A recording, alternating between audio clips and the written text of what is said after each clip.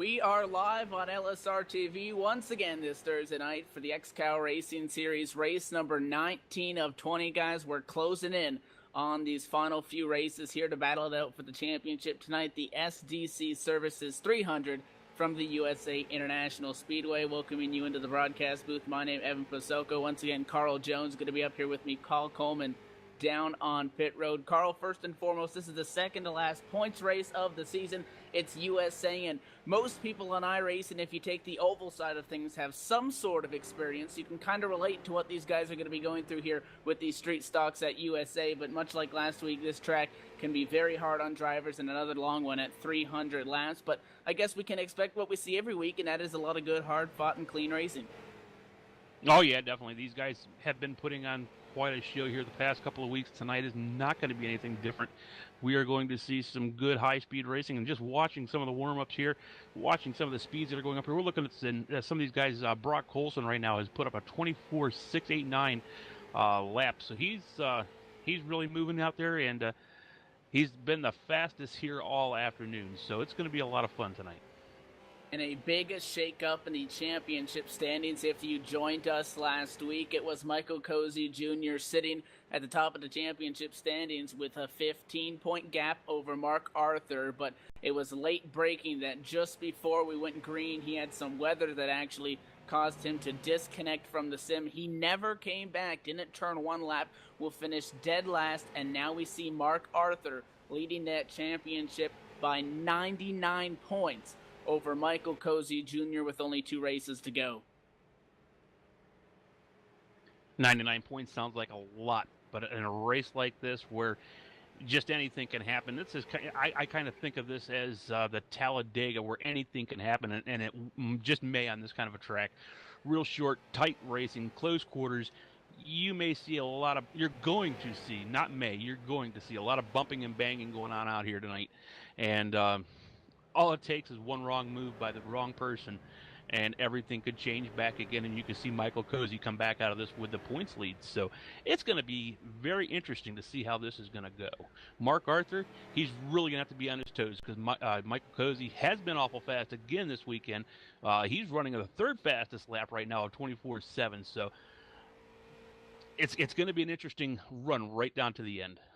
And again, due to the abundance of bonus points that you can get here with the XCAL Racing Series, this championship is far from locked up. Now the drivers are hitting the grid. We're getting set for 300 laps, and we're going to run you down through the qualifying grid. On pole as the fastest driver in the warm-up, it's going to be the 4 of Brock Colson alongside the 27 of Spencer Preetz. Going to roll off second, last week's winner. And number 3 position, we're going to have the 24 of Sal Andrea. And the 4th position, we're going to have the 13 car of Dustin Adams. Aaron Keith is going to take the 44 XCAL Rivals machine off in position number 5. And the man now chasing that leader in the championship standings, the 88 of Michael Cozy Jr. takes P6. We're going to see in the 7th position right now the number 3 of Richard Holiday. And in the 8th position is going to be the 19 of Aaron Hillebush. Row 5, the 454 of Luke Turpin takes up position number 9, and Brandon Cruz Mosife in the 54 is going to round out the top 10.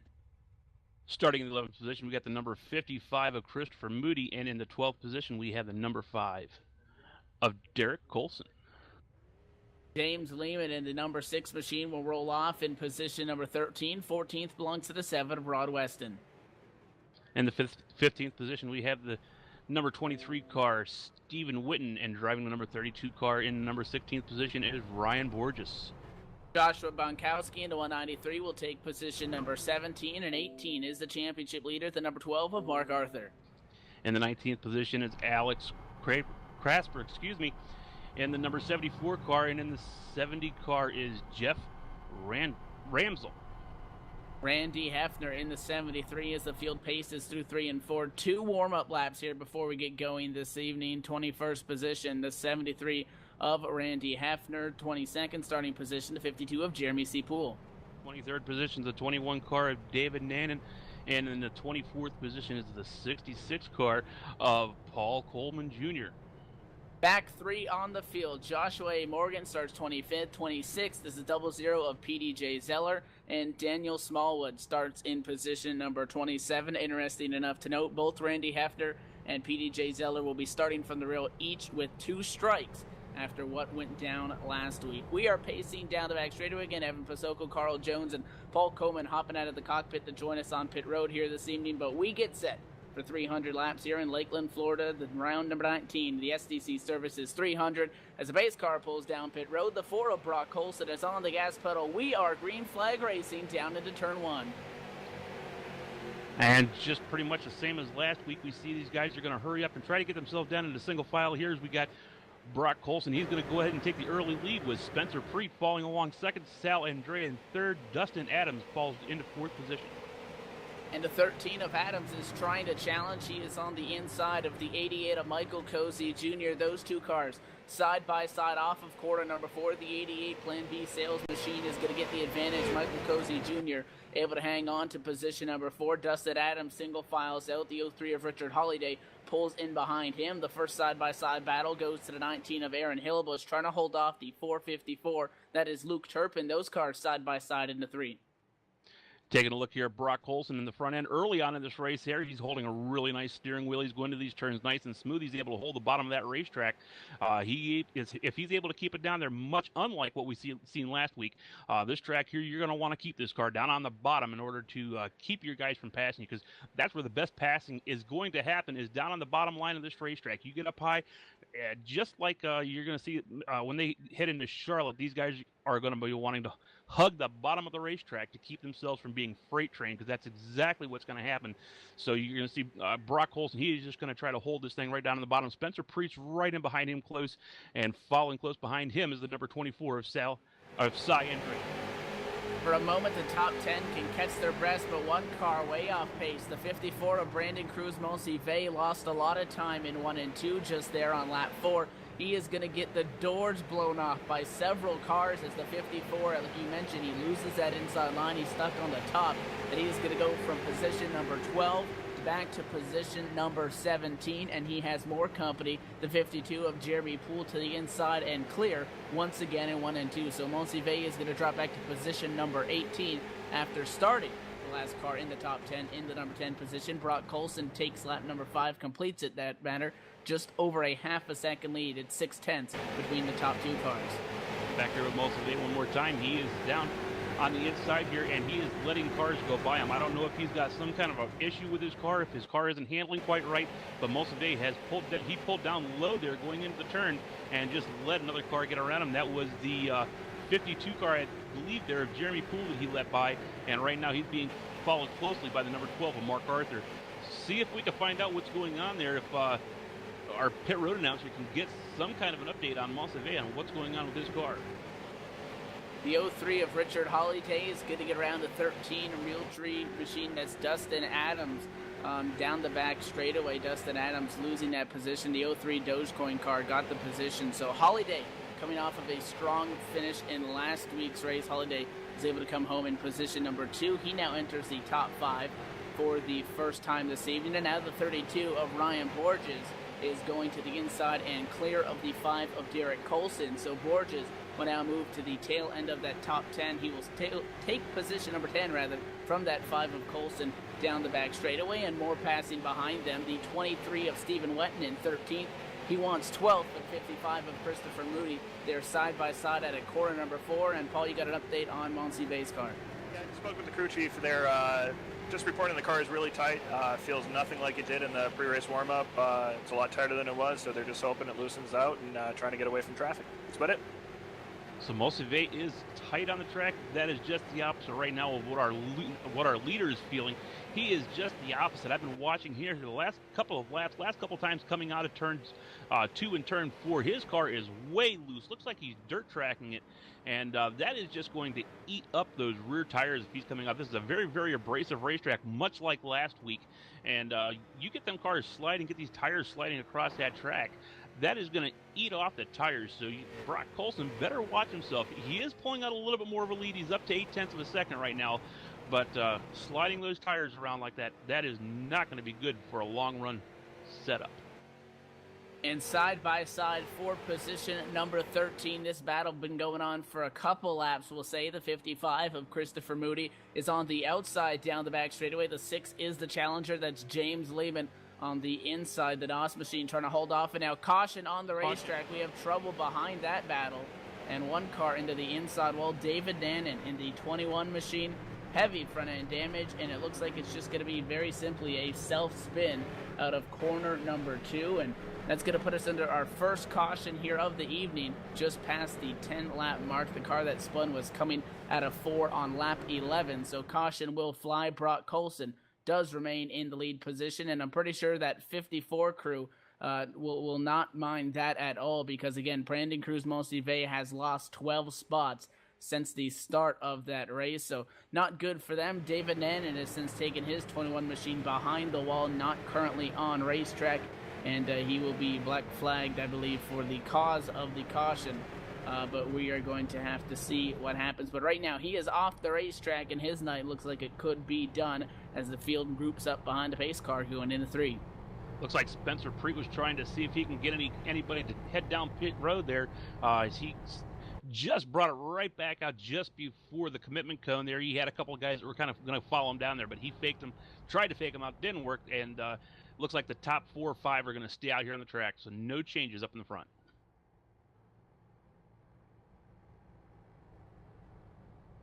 Yeah, I just saw, like I said, I saw David Nannon pull it behind the wall there. We got Brandon Cruz, as expected, making some adjustments down on pit road. Also, Aaron Hillebush, one of the top leaders there, decided to get some fuel early to go back.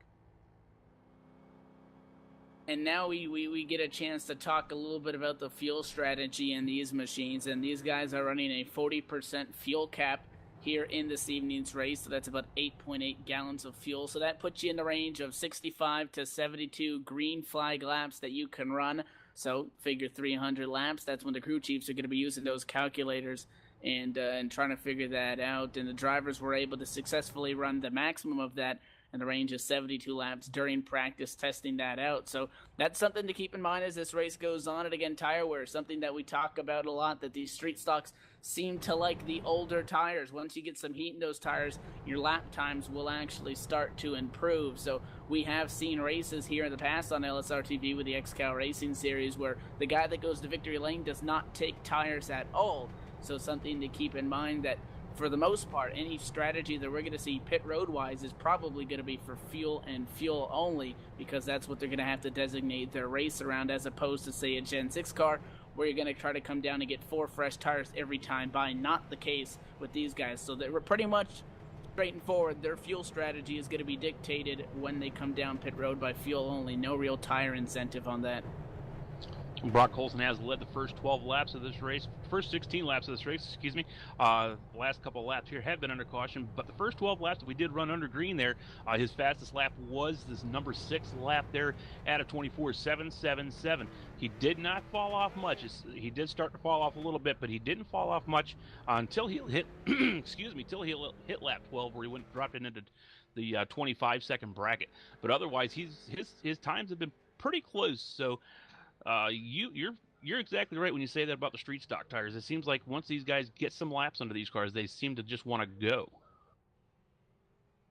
And the lights on the iRacing Ford First Mustang pace car have been extinguished, so we will go back green flag racing to take lap 18 real quick. Last week, top 10 drivers: Spencer Preet with a win, Richard Holliday second, Mark Arthur third, Stephen Wetton in fourth, Luke Turpin coming home in fifth, Ryan Borges sixth, Aaron Keith in seventh, Brandon Cruz-Monsive next in line. Then you also have Cyandra and Elliot Leach up there in that finishing order. But we are getting ready to go back green flag racing once again on lap 18 in tonight's 300 lap affair.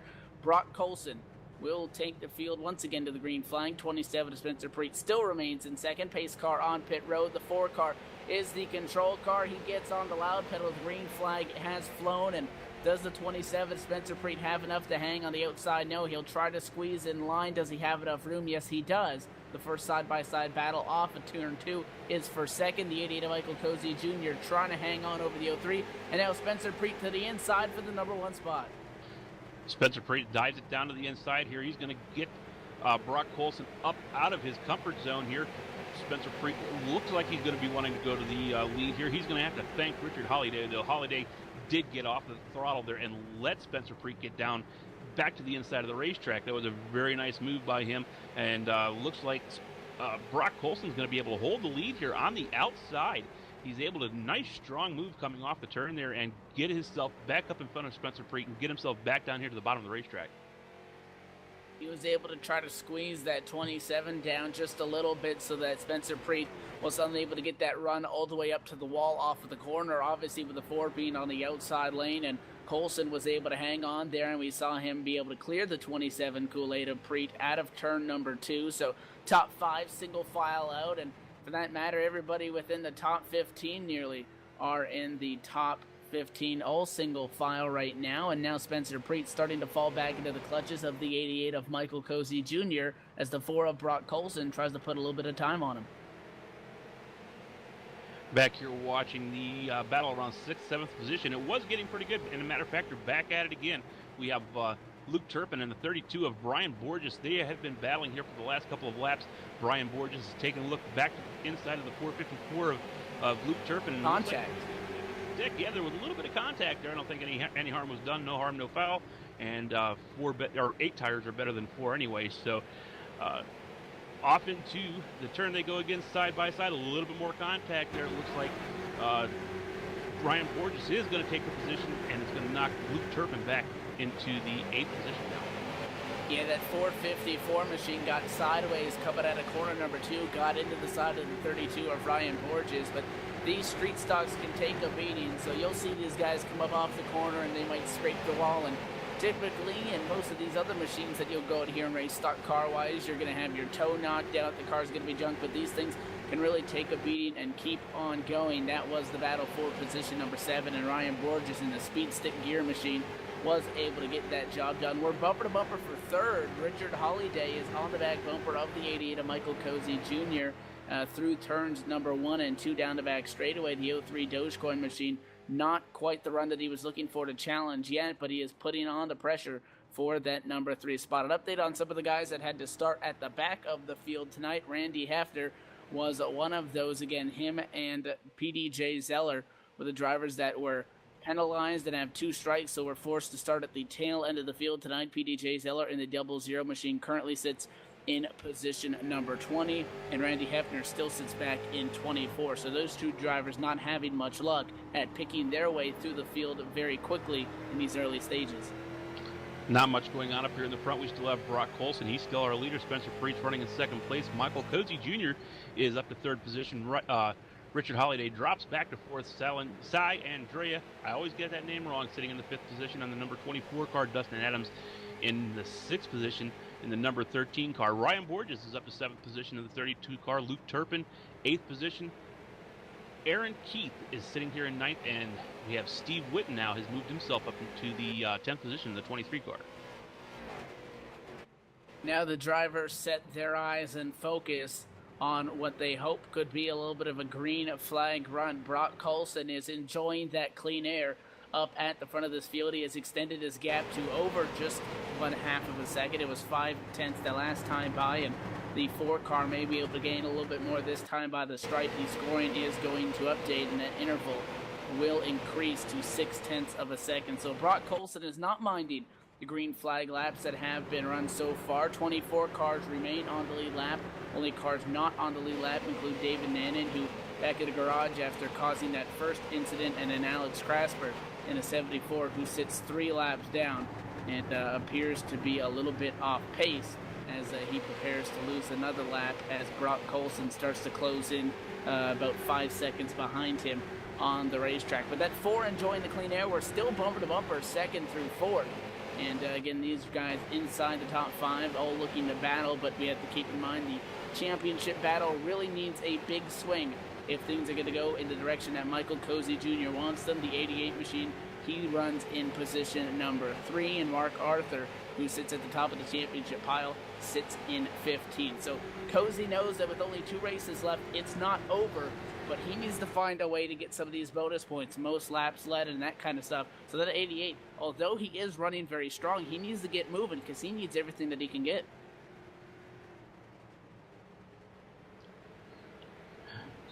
Right now, you got Brock Colson up here. He is dirt tracking this track right now, and it seems like he is absolutely enjoying himself up here at the front. He is just coming out of the turn sideways, but it's not. It doesn't seem to be affecting his time one bit here. He's still running pretty fast laps here. Lap 30, he just run a 24.8. Matter of fact, the fastest lap he ran was just lap 29 there, where he did run a 24.765. So even though his car is slipping and sliding around out here, he seems to be very, very comfortable with this kind of a setup, because I know I like him loose, but not as loose as what he's running. He is just completely sideways. Looks like just about every time he comes off the turn there, the wall's what's stopping him from going around. Right now we got a change for second place. Spencer Preet, it looks like he's going to drop back a couple of positions here as we got a couple cars getting up around him.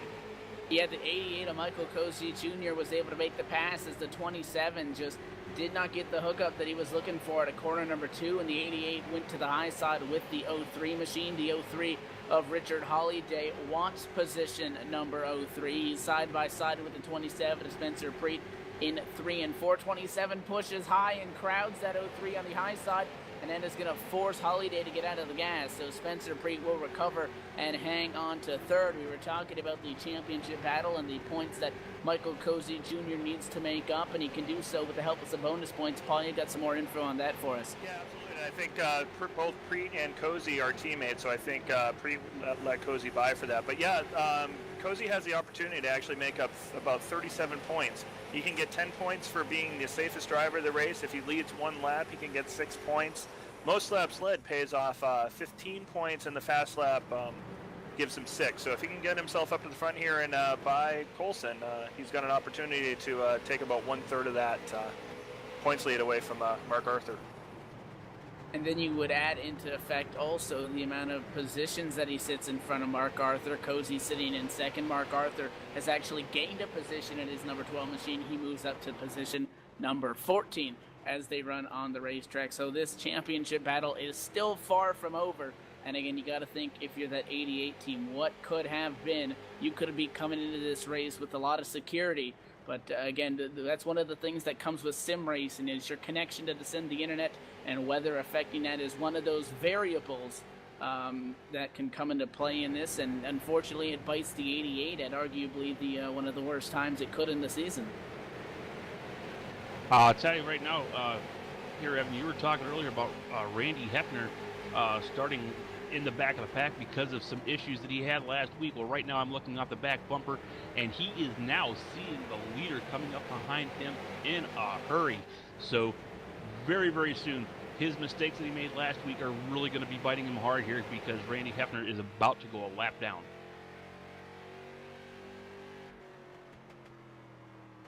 He is the last car currently running on the lead lap in position number 24, 22 seconds behind our leader, or if you want to correlate that, just over 2 seconds in front of Brock Colson, as now the 4 clearly has that 73 Upstate coin machine in his sights as they work out of corner number 2. So Brock Colson about to make this a 23 car lead lap field as he goes by the 73 with ease, as Hefner yields high and waves him on by through 3 and 4.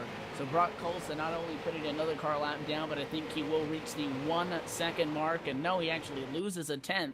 He had been picking up some time consistently on Michael Cozy Jr., and I thought he would have been able to do it once again. He was just about at a second, but Cozy wheels it back in to 8/10, as maybe that 4 catching that lap car in the corner entry wasn't the best for him. But Michael Cozy Jr., the Plan B sales machine, trying to run down Brock Colson up at the front of the field, because we're nearly at the 50 lap mark in this race. That means we're 1/6 of the way through this race once we get to that point. And if that 88 wants 15 bonus points for leading the most laps, he's got to start hustling and get up there to that number 1 spot, and he actually lost another 10. So Brock Colson going to go once again to 9/10 over the 88 for first and second. Yeah, indeed, that was exactly what was that caused Brock Colson to lose that little bit of time, was getting around the lap car now of 73 of Randy Hefner. Did cause him to have to get off the throttle there a little bit prematurely, a little bit earlier than what he usually does. Did slow him down a little bit, but it looks like he is picked right back up, and he has got his lead back up to just about a full second once again, as Mike Cozy Jr. is trying to run him down.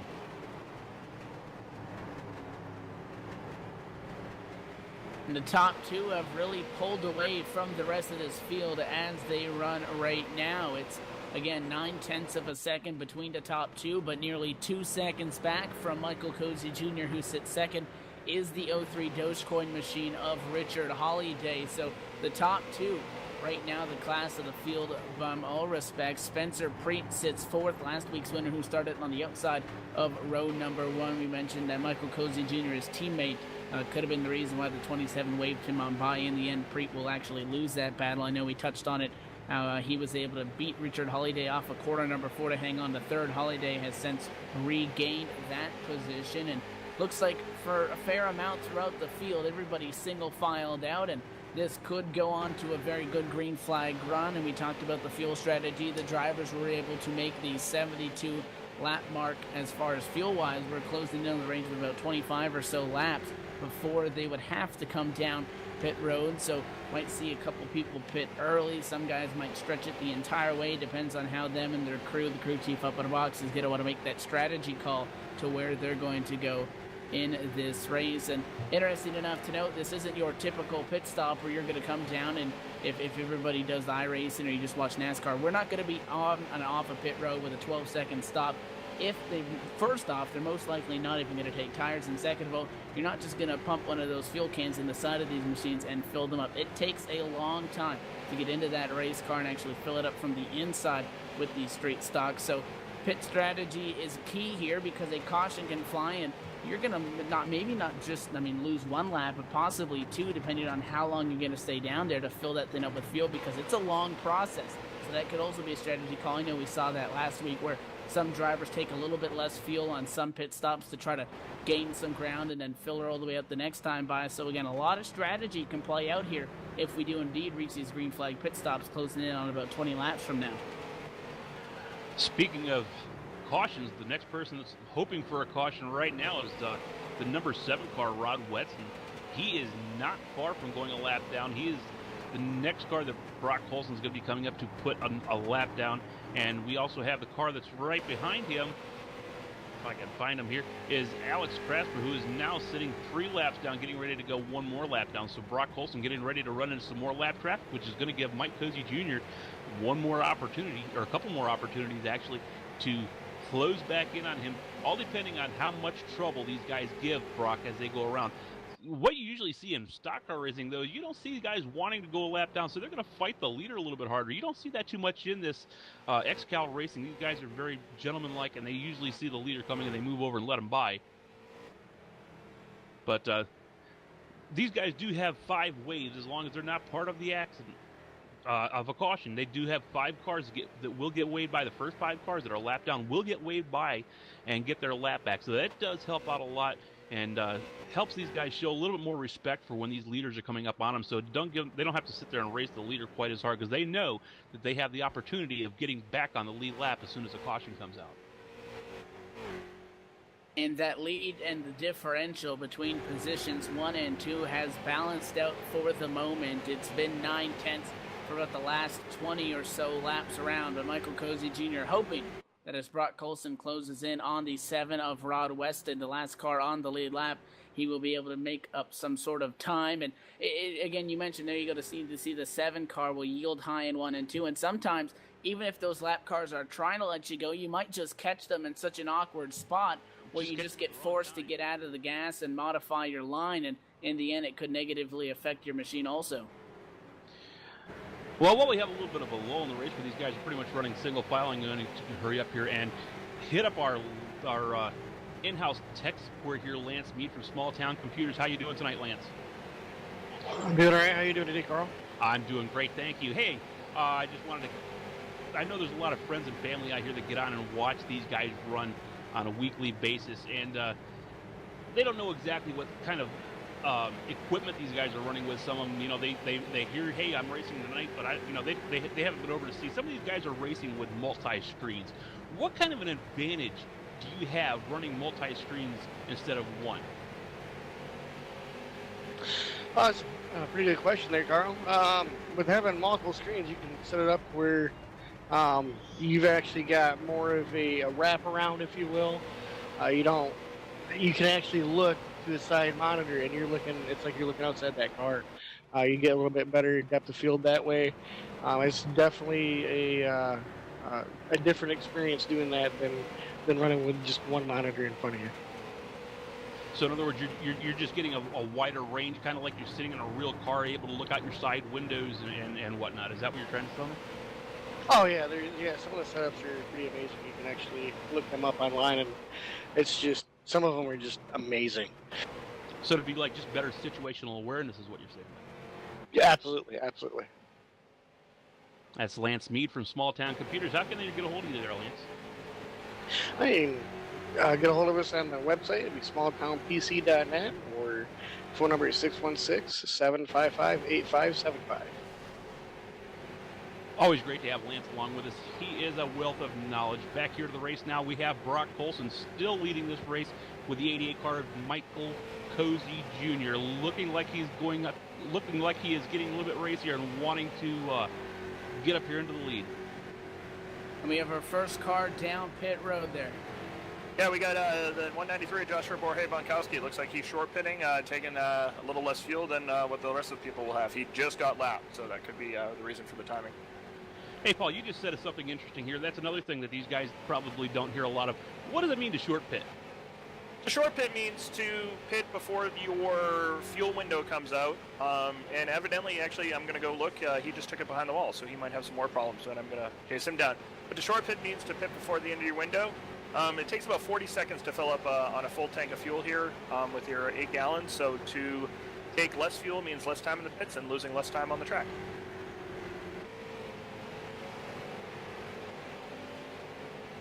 I'm riding along here now with the points leader, Mark Arthur, sitting here in the number 9th position, and looks like he's actually running very well today. I was really surprised. I was watching him running in practice earlier, and his car seemed like it was kind of tight, but he seems like he's loosened it up quite a bit, and he's got that car handling really nicely right now. He's able to move the car up here into 9th place. That is not exactly what Michael Cozy Jr. wants to see. He's wanting to see him go the opposite direction. Instead of coming forward, or instead of going backward, he is coming forward, which does not help Michael in his quest to get his points lead, back. Yeah, that gap up at the front of this field is continuing to extend at now a faster rate than it was before. The 88 of Michael Cozy Jr. stuck, and he's going to be forced to go high here. That's just the fact of catching a lap machine at the wrong time. He is stuck behind 2 lap cars side by side. 54 gets out of it, and now the 193 will stay on the bottom of the racetrack. So Michael Cozy Jr. trying to get around Joshua Borje-Bonkowski in 1 and 2 is going to lose nearly half a second from that exchange alone, and that's going to make him and make that gap over 2 seconds. So now I guess you could add that 88 to the list of cars that may hope there's a caution here relatively soon, because he's really starting to lose touch with Brock Colson up at the front of the field. You got to think that Michael Cozy's spotter is up there all over the radio trying to get these guys to move over and let him get around, because he is racing for the lead as Brock Colson comes off of turn number 2, and just land-based the wall pretty hard there. Don't look like it did any kind of damage to the car, but he did get a pretty solid shot. Maybe it actually helped his aerodynamics out, because you hear that a lot too. These guys might narrow the front of this car up here, make them handle a little bit better. There are some drivers that have said that, hey, they're going to get up there and they give the wall a little bit of a tap, and it helps out their car. And I know you were talking about Brock Colson was suffering from some loose conditions. Brandon Cruz-Mosive, now the first car 1 lap down, was battling with an extremely tight race car earlier on in this, but we are about within 10 laps of the maximum fuel range you can go. You can keep in mind that we did have a little bit of caution laps there when we had a caution come out on lap number 12, which is the lap that our leaders were running at the time that that yellow flag flew. But 10 more laps, the maximum. I would believe that the rest of these cars would be able to go, as 16 cars remain on the lead lap. A couple cars down pit road. Joshua A. Morgan, one of them, he is actually elected to take tires down there, so we'll be interesting to see what Brock Colson does. But man, that 4 car has nearly stretched out that gap between him and Cozy there in the number 2 spot to nearly 3 seconds at this point, really just blowing him out of the water there late in this run. Well, here's an interesting thing that I find interesting on why he's doing it, especially in this traffic. He just ran his fastest lap at lap 60. So that's where he's pulling away. Is he's just running some extremely fast laps, and he's doing it in lap traffic, which is really, really surprising to me.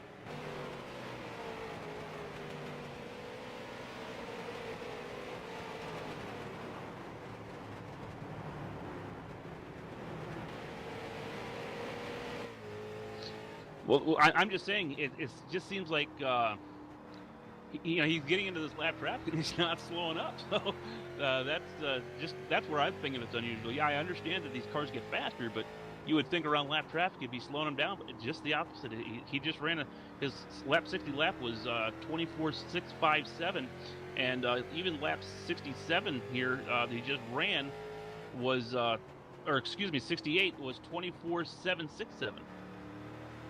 We have a couple cars down pit road. Joshua Morgan, who I touched on that he came down for tires, is actually just now returned to the pit lane. Going to try to get an update on what's going on with the 144 team, possibly a penalty on that. But yeah, Brock Colson down on lap number 69 out of corner number 4, and we're hearing that it was fueling issues with Joshua Morgan's machine, the 144. But Michael Cozy Jr. will pick up a bonus point for leading a lap because that 4 car is going to be coming down. He came down off of 4, gave up that lead, and Brock Colson coming in for his first service of the day. And he overshot his pit stall right there. He had to back up a little bit. Michael Cozy Jr. goes up, leads his lap, and he decides he's going to be the next one to bring it into the pit stops. As Michael Cozy Jr. brings it down in, Richard Holliday will now take the lead. This is probably what we're gonna see. We're gonna see every one of these guys go out there, lead a lap, come in and get their pit stops taken care of. Like you said before, these points are very, very important. Every point that you could pick up leading your lap points is very, very important. So that's where you're going to see a lot of these guys. I mean, you got to wonder if Mark Arthur's doing the same thing, if he's just going to wait this out, hopefully get Richard Holliday, Preet, and Cozy in and out of the way so he can get in and lead a lap. And he does have 12 extra gallons or 12 extra laps on his car because he did pit early. So advantage to Mark Arthur right there. And then if the caution comes out and he didn't pit, he is really going to be in good shape. Brock Colson, 54-second stop. He is out and now going down the back straightaway. Let's see what Michael Cozy Jr.'s strategy will be, because remember, we saw the 4 overshoot his pit stall. Does the 88 try to take a little bit less fuel to capitalize on that error and try to get back out in front? But again, a couple guys that pitted on that first caution can go for longer. 56 seconds for Michael Cozy Jr. So you see the 4 car right there in 1 and 2 is going to be in front. And the 80 Michael Cozy Jr. is actually going to come out on the negative end of things. He's going to lose a lot of time to that 4 car. The 4 of Brock Colson right now sitting in 16th. Scoring will update this time by as pit road a very active place. Aaron Hillebush is one of the drivers that is yet to pit. Luke Turpin is on pit road, but right now it is the Doge machine of Richard Holliday who's in the number 1 spot. And if you take a look up in front of this 03 machine, that is just a mess in front of him.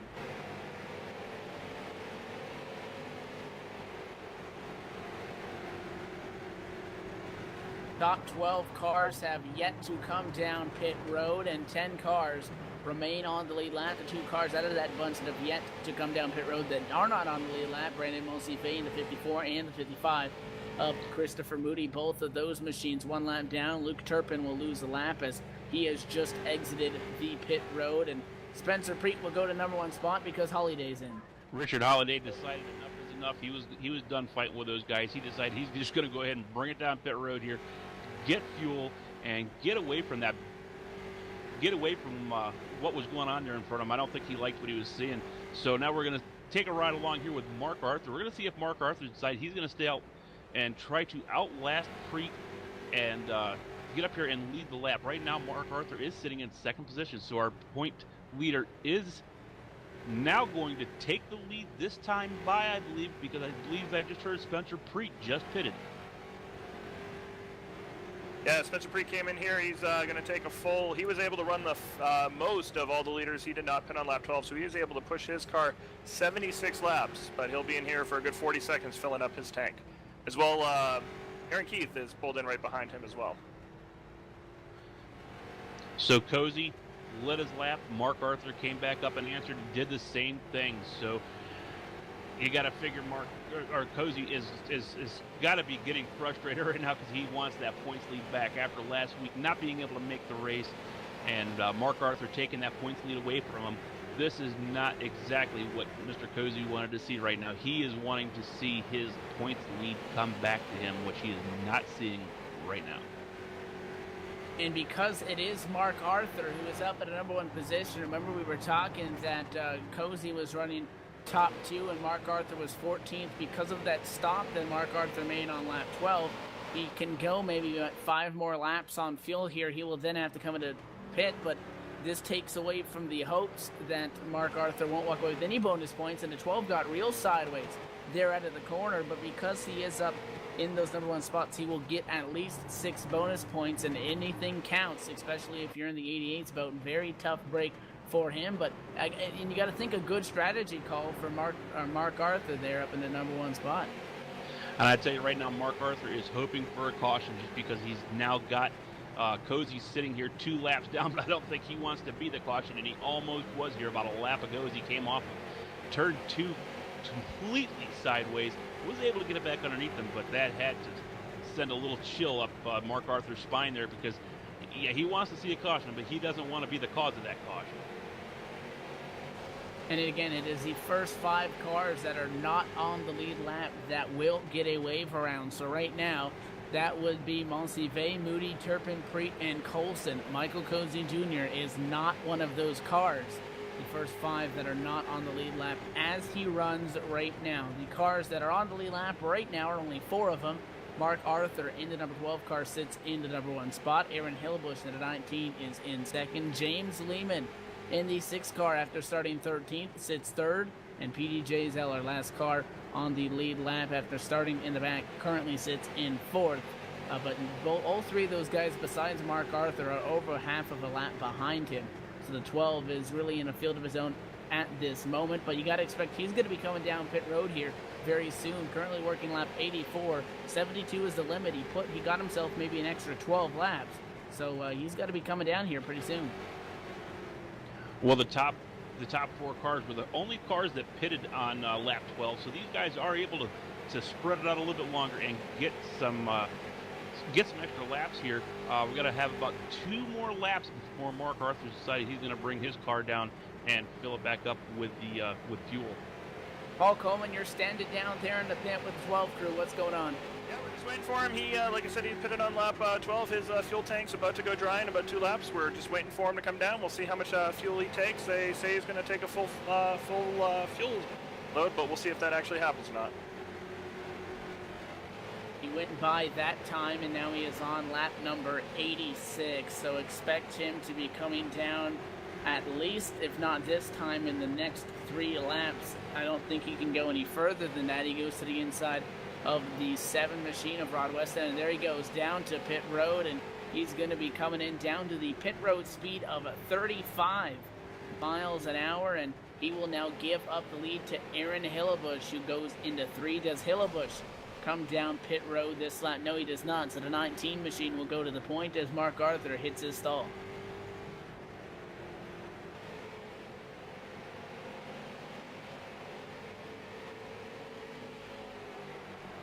And cars are slowly regaining their lead lap as Mark Arthur came down pit road. So Christopher Moody in 5th and Brandon Cruz-Monsivais is back on the lead lap. Mark Arthur is staying in there, and we heard that his plan is to fill that thing up with the all of 8.8 gallons that they are allowed to continue on with this race. We have an unscheduled pit stop for Rod Weston. Going to try to get an update on that. He sits 8 laps down in position number 25, but now Michael Cozy Jr. is the 5th car not on the lead lap. Scoring obviously has to cycle through because Mark Arthur currently is still being shown on the lead lap. He will cross the stripe the next time by. It is a 50.4 second stop, so that's nearly 4-6 seconds slower than what we saw with some of the guys that came down pit road earlier. So curious to see if they really did get that 12 car full of fuel. And I mean, you got a tiptoe there on that apron, Carl. There's not a lot of room between you and that racing group. Yeah, the last thing you want to do is just come off bottom of that racetrack up into the racing groove and take yourself out along with a bunch of other cars. We have Aaron Hillebush now brought it down to pit road for his pits. We're going to see if he gets a full tank of fuel, which I'm sure he's going to do, and how long it's going to take him, as PJ Zeiler goes out here and takes the lead of the 00 car.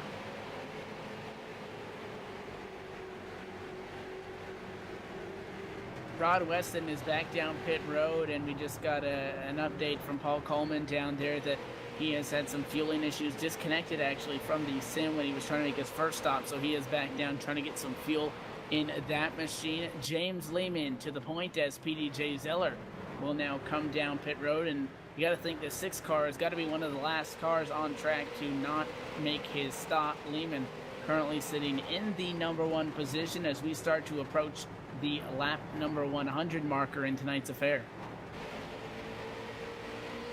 All right, we have the number 6 car of James Lehman. Now he will be the next one. See how soon he's going to bring this car down to the attention of the pit crew there and fill his car up with fuel. We've got Christopher Moody sitting here in the 55 car in position number 2. And we have the 54 car, Brandon Cruz. He is sitting out here in 3rd position as James Lehman now pulls into the pits for his service. So Lehman has come down. That would leave the 55 of Christopher Moody back out on the number 1 spot as he comes at a turn number 4. And now 2 more cars regained their lead lap, including Luke Turpin and Spencer Preet. And actually those cars are bumper to bumper for what could become a race lead at the moment. Preet in the 27, the 454 of Luke Turpin. Spencer Preet last hit the pit lane on lap number 77, and the 454 of Luke Turpin last hit the pit lane not too long ago as well on lap 73. And now Moody's going to come down pit road, the 55 of Christopher Moody, the Monster Energy Machine, his Camaro coming down for service. Mulcive is now to the point in the 54. Indeed, Mulcive is up front here right now, and seems like he is slowing. I think Mulcive was just tight there because it looked like he was slowing down on the racetrack, but apparently I was. Yeah, the 55 is slow on pit road, and if we can get a look at this, he nearly got in the way of the 6 car. He is out of fuel, and he had to slow it down to 35 miles an hour and try to clutch it, and he is going at just a dismal 3 miles an hour. It does appear that he made it to what looks like his stall, so he will make it, but that is going to cost him a lot of time there. A lot of time wasted, plus you're going to have to say at least 50 seconds for fuel on that machine. Tough break for him down there on the pit lane. Spencer Preet and Luke Turpin are battling it out for what is right now position number 2. A little bit of contact in 3 and 4 between the 454 and the 27. Mulcive, one more time it looked like I thought he was going to run out of fuel there. His car keeps slowing down, but it's got to be that push that he's been having, because he is going into these turns extremely slow. As I watched Luke Turpin just driving up on his rear end, it almost made it feel like Mulcive was out of fuel, and apparently it's just the handling of his car is that bad. Side by side for second, possibly. The 27 of Spencer Preet tries to get to the inside of Luke Turpin, can't get it done, and now 454 slides it up. Side by side, he's sideways in contact for second. They're both sideways at a corner number 2, and they are both able to hang on for the time being. But that's not the first time these 2 cars made contact. Now more of it in 3 and 4. The 454 is going to get shuffled up out of the way, and now the 23 is going to stick his nose in there, and that is going to make that a 3-car battle. The 23 of Stephen Wetton is a lap down between those 2 cars that were battling. So Turpin is able to get back to Spencer Preet, and now Brandon Cruz Mulcive is forced to come down pit road as he nearly runs his machine out of fuel. And that battle for second has translated to the current battle for the lead. Spencer Preet leads it at a corner number 4. Turpin coming off of turn number 2 earlier was completely sideways. The 23, I think, might have touched him there in the back end a little bit, got him sideways, but Turpin's car is extremely loose right now. As you looking through the windshield there, you can see him really sawing the wheel back and forth, trying to keep that car straight as he's coming around through these turns. Sideways once again is the 454, of Luke Turpin. Very, very, very loose car right now.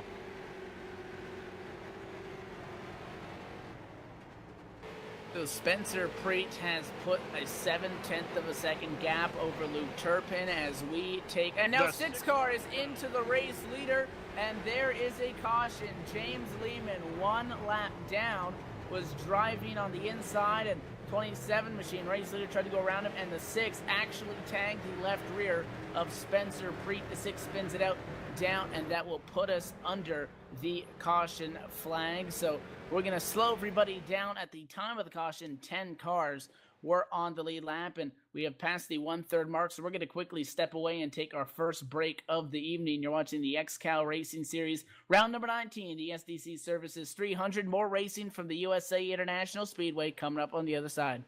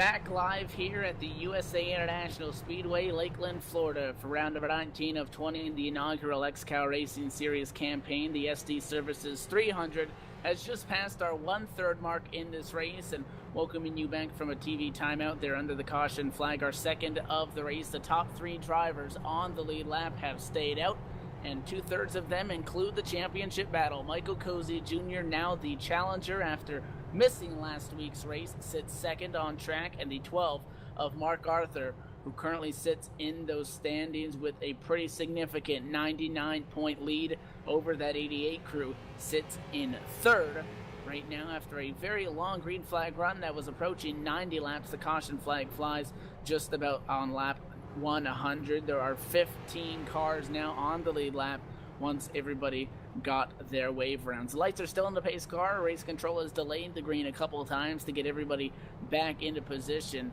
as it appears that we still have 25 cars actively on the racetrack. Only retiree so far, David Nannon, who brought out the first yellow. Lights off on a pace car. We may be going green. If we do so this next time by, it'll be to take lap 109.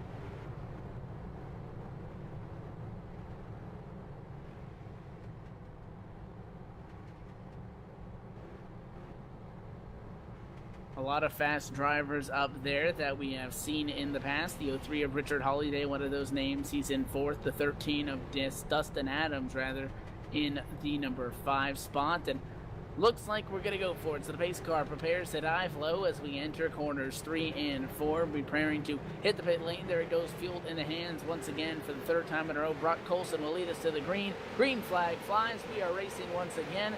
4 car is going to clear the 88A Michael Cozy Jr. down into the corner, and the 12 of Mark Arthur cannot quite get to the bumper of Cozy in 1 and 2. It's bumper to bumper for the number 1 spot, but side by side, back in the pack from 5th on back. Watching Cozy coming out of turn number 2 there, he was pretty sideways. Looks like he is really, really wanting to get up here and get around Brock Colson, so Brock does not get away with that big lead like he had earlier tonight. Not gonna happen, I don't think. I think Brock Colson, as long as he's able to keep that car in clean air, is going to be right now the class of the field. He has been showing it as the class of the field. Is running some of the fastest laps so far tonight, even up to right before they went under caution. He was running into the 24-second bracket still. So Brock Colson's got a very, very fast car tonight, and they say loose is fast, and that's exactly what he is right now. Nearly contact for position number 6. Oh, 13, and there goes the 24. Cyandra hard into the inside wall. Caution flag is going to fly. And just as I wanted to say we nearly had some contact for position number 6, we see it. And it stems from a side-by-side battle with the 24 of Cyandra was on the outside. The 13 on the inside. It was Dustin Adams.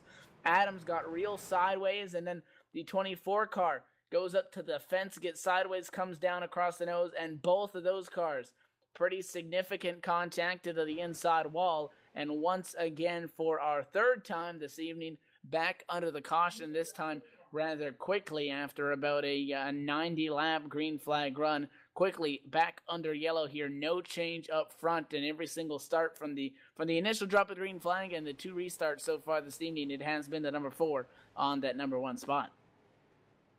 Well, like they say, cautions do breed cautions, and that's exactly what we saw right there. Just a couple guys trying to get it, battle back out, get their heat back up in their tires, and just an unfortunate chain of events right there. They made a little bit of contact, got the 24 car a little bit loose there, and it was just on from there.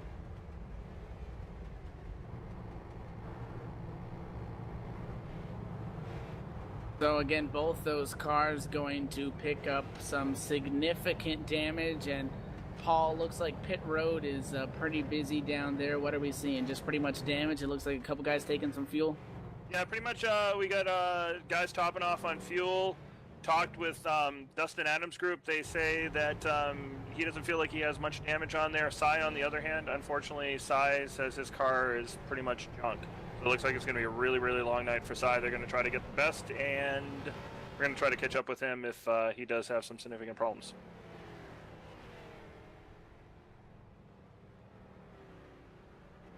So again, we reached the 1/3 mark in this race, and then contact between a lap car and the actual race leader puts us back under caution, and then a quick caution once again that involves 2 cars that were up inside the top 10 for the better portion of tonight's race, and that incident happened for position number 6. Now, Paul, you're down there by the 88 stall, and you got a radio copy with the driver, Michael Cozy Jr. We do. We got Michael Cozy Jr. here. Copy? Yeah, I got you, Paul. Hey, Cozy, you're running second. Things got a little nervous there when you were 2 laps down. How's the race going for you so far? You know what's going great. The car started out really loose. It's coming in really nicely. Towards the end of the run, towards the end of the race, I'm expecting the car to be really good. Yeah, we got back in a little bit of pit strategy by all the other drivers, some not taking all their fuel, so we did end up 2 laps down, but it all cycled out to be in second. So I'm gonna go up there and try to get to Brock and try to get the lead. I was gonna say, do you got anything for Brock? You still get a chance for the most laps led. You think you got a chance to do that, and then also your nemesis there is right on your tail. You think you got enough to hold him off? Yeah, I think I've been a little bit faster than Mark. I know Brock, he's been fast. I saw he's been a bit loose, so I think I don't know if I can get up there too. I don't know if I can make the pass now, but I definitely think I'd be able to towards the end of the race when the car comes in. So. All right, best of luck to you. Hopefully we'll be able to talk to you in victory lane. Appreciate it.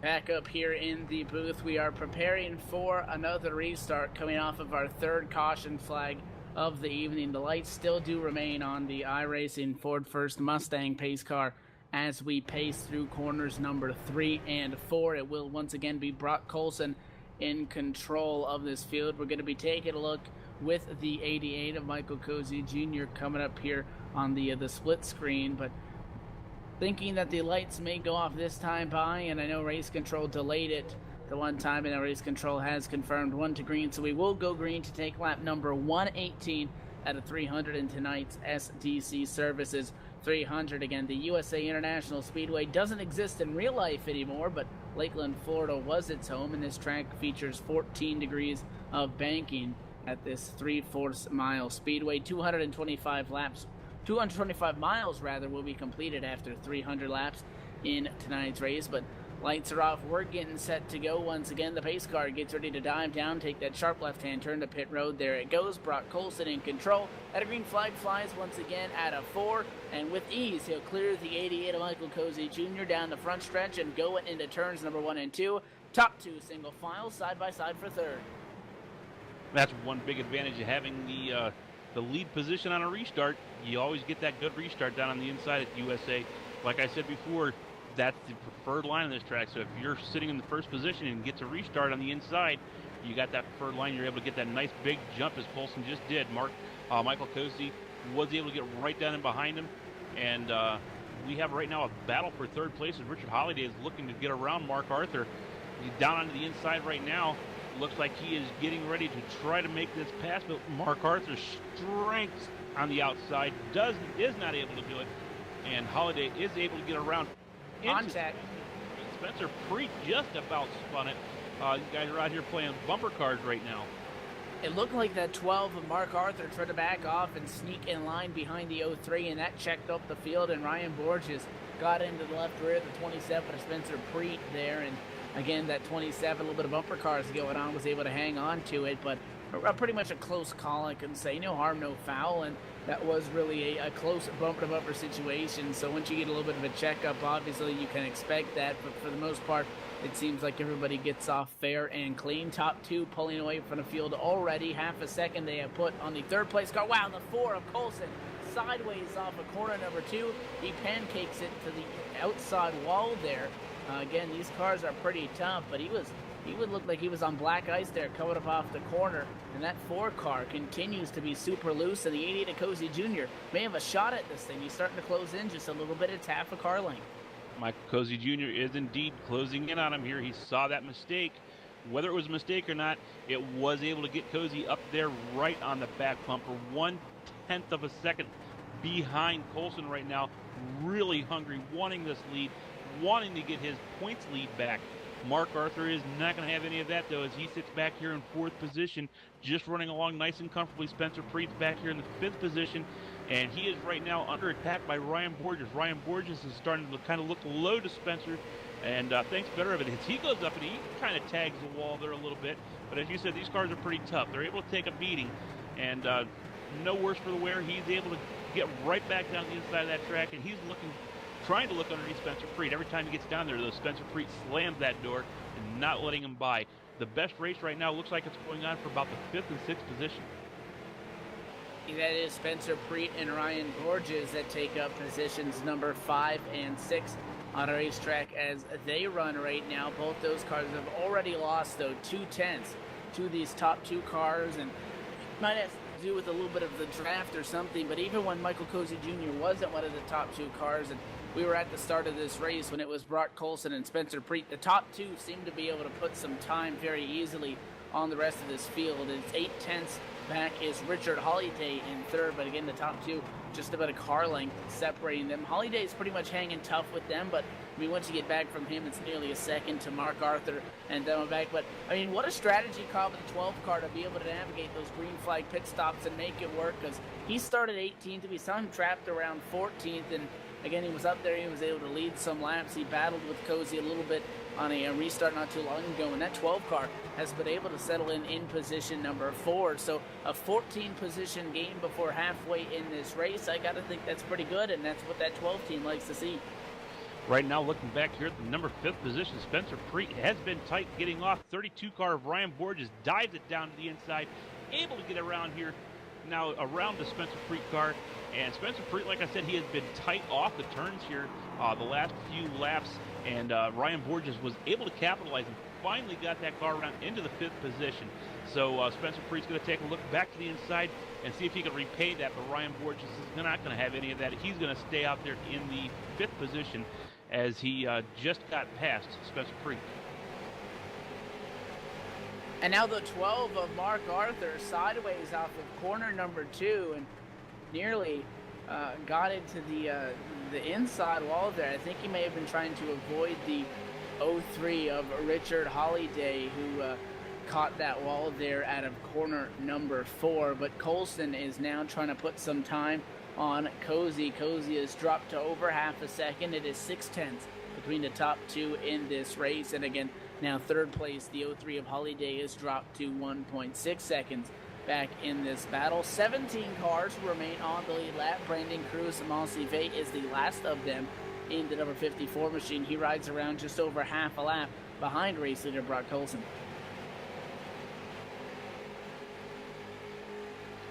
Watching Michael Cozy coming off the turn there, he had it a good bit sideways, but Cozy was able to get it back underneath him, and the Brock Colson gets into a lap car, a 73 car there, slowed him up tremendously. Michael Cozy Jr. was able to get right back up on his rear bumper and looking to get into this lead. And we start to close in on the halfway point in this race. Again, 300 laps is tonight's scheduled distance, which will equivalent to 225 miles when it is all said and done. Right now, Brock Colson working now. It is only a 2/10 of a second lead, scoring an update back to 4/10. So the 4 car seems to be looking for a little bit of consistency, or maybe it's the 88 of Cozy who has a fast car, but is trying to find some consistency. But the top 2, the gap between them is kind of fluctuating anywhere between 6/10 and 2/10 these last couple laps. But Colson is coming by this time by the stripe to take lap number 133. 18 to go till that halfway point in this race. And so far, I'm talking about the fuel strategy wise, a bunch of cars came down around that lap 70 mark. It pretty much spread to nearly like lap number 85 or so. And then again, multiple cars coming down to top off on that caution on lap 100. So the top 3 of the cars that stayed out did not pit, and everybody else is going to be able to make it a little bit further.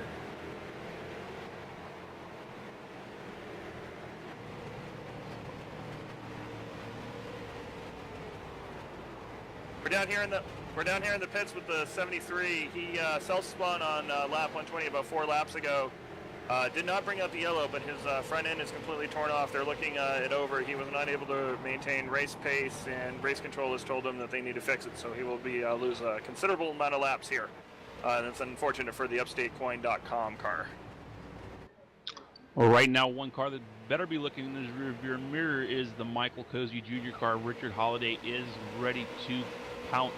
He has caught him by about 0.3 of a second in the past couple of laps. And it looks like he is wanting to get up here and challenge for the second place. We are back under caution. Caution back out on the racetrack. One car that is slow is Derek Colson. He is going to be the cause of that yellow in his Levi Garrett machine. Just a self-spin. For the second time we see a self-spin out of corner number 4, the 5, with heavy contact to the inside wall. The whole front clip off of his machine is gone in an instant, and back under yellow we go.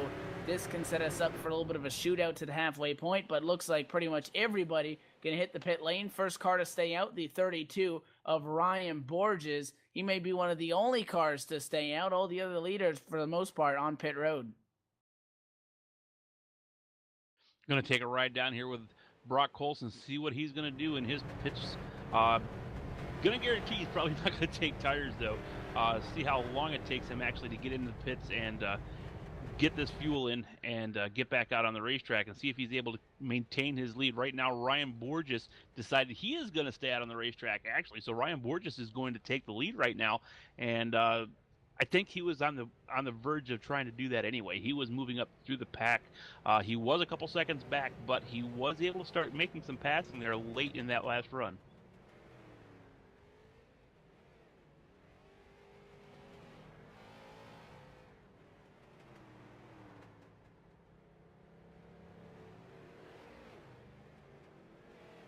So Brock Colson taking much of a longer stop, and we touched on the fact that the top 3 stayed out at that second yellow flag around lap 100 or so. He was one of the top 3 that did not, so he nearly had in the range of 45-50 laps on that race car on that fuel load.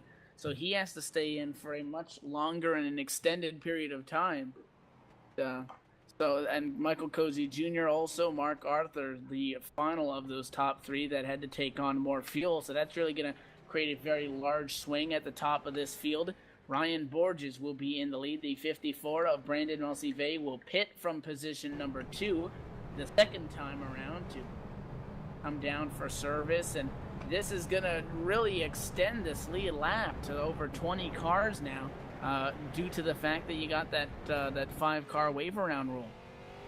Watching Mosave come into the pit stop here for another pit stop here, you got to wonder, being his car is tight, if he's trying to get in there, put fuel in, and make some changes on there. I'd be interested to know if he is, what kind of changes he's making on his car.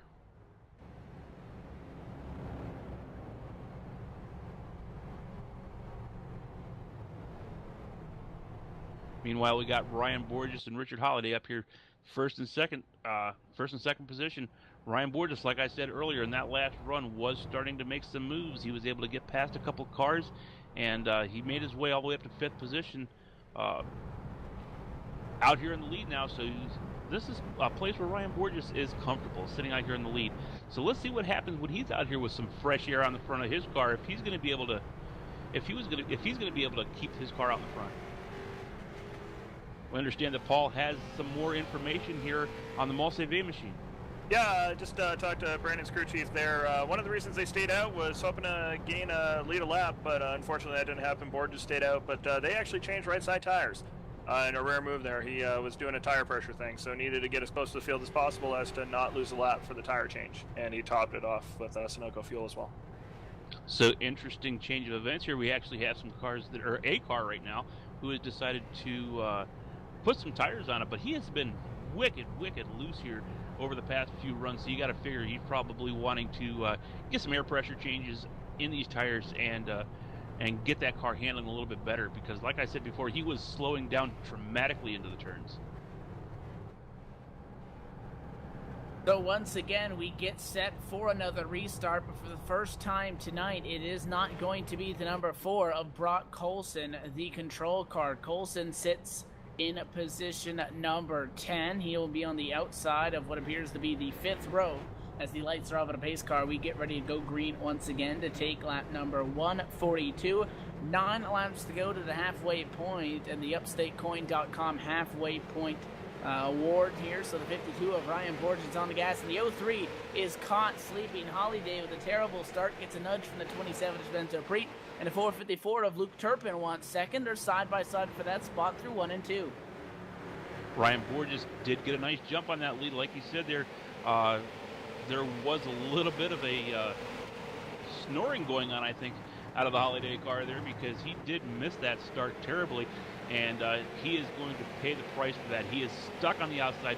Nothing he can do about it as Turpin just holds him out there. Turpin's going to actually let off and let him down inside. That was a really nice class move by Turpin to let him get out to the outside of this track. And he could have got around him if he really wanted to, I think.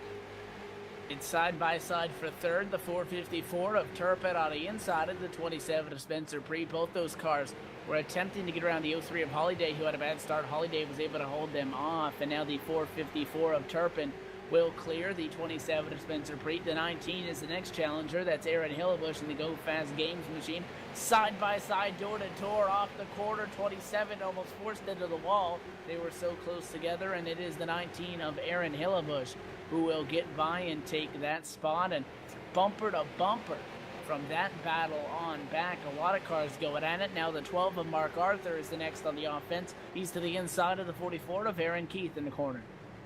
Looks like Michael Cozy Jr. is going to follow him right on through. Michael Cozy cannot get away from Mark Arthur if he's not in front of him. He's right behind him. That is not what he needs. He does need to get some distance between him, and preferably, obviously, Cozy being in front and Arthur going to the back. And it's going to make it really, really tough going into next week's race. Not really gaining anything on Arthur for this points chase.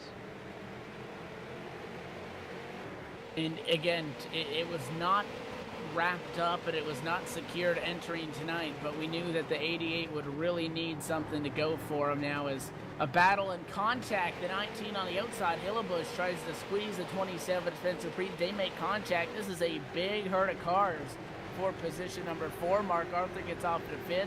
6th place will go to Michael Cozy Jr. to the 19 of Aaron Hillebush, who was just on the attack, will slide back nearly to position number 8, I believe, down the back straightaway after he got freight trained by that 4-car pack on the inside line. Meanwhile, Ryan Borges in the Speed Stick gear machine is starting to pull nearly half a second off the Holiday. That is the battle for positions 1 and 2.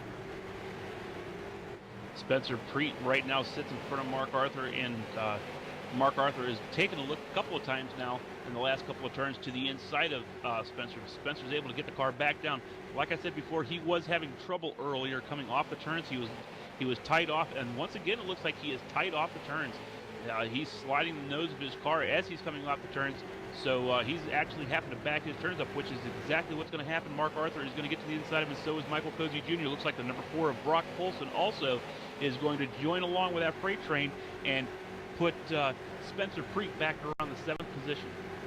Yeah, that 27 trying to hang out on the inside gets a little bit of a nudge, and Brock Colson will take that position. So move again Spencer Preet from position number 4 back to position number 7, and a little bit of a retaliation gives that 4 just a little bit of a nudge and lets them know that he's there. When they went back down into corner number 1, didn't appreciate the little bit of a slide up that the 4 gave.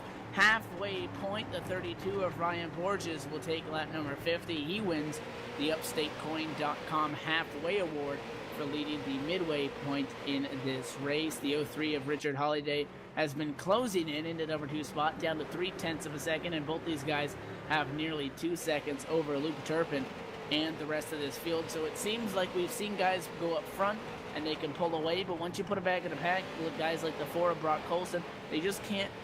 The clean air is much more friendly to their race cars, and maybe that will put an emphasis on track position going on here, because he's not flying like he was before. He's stuck back in 7th, and Ryan Borges is now trying to set sail, but Holiday applying the pressure.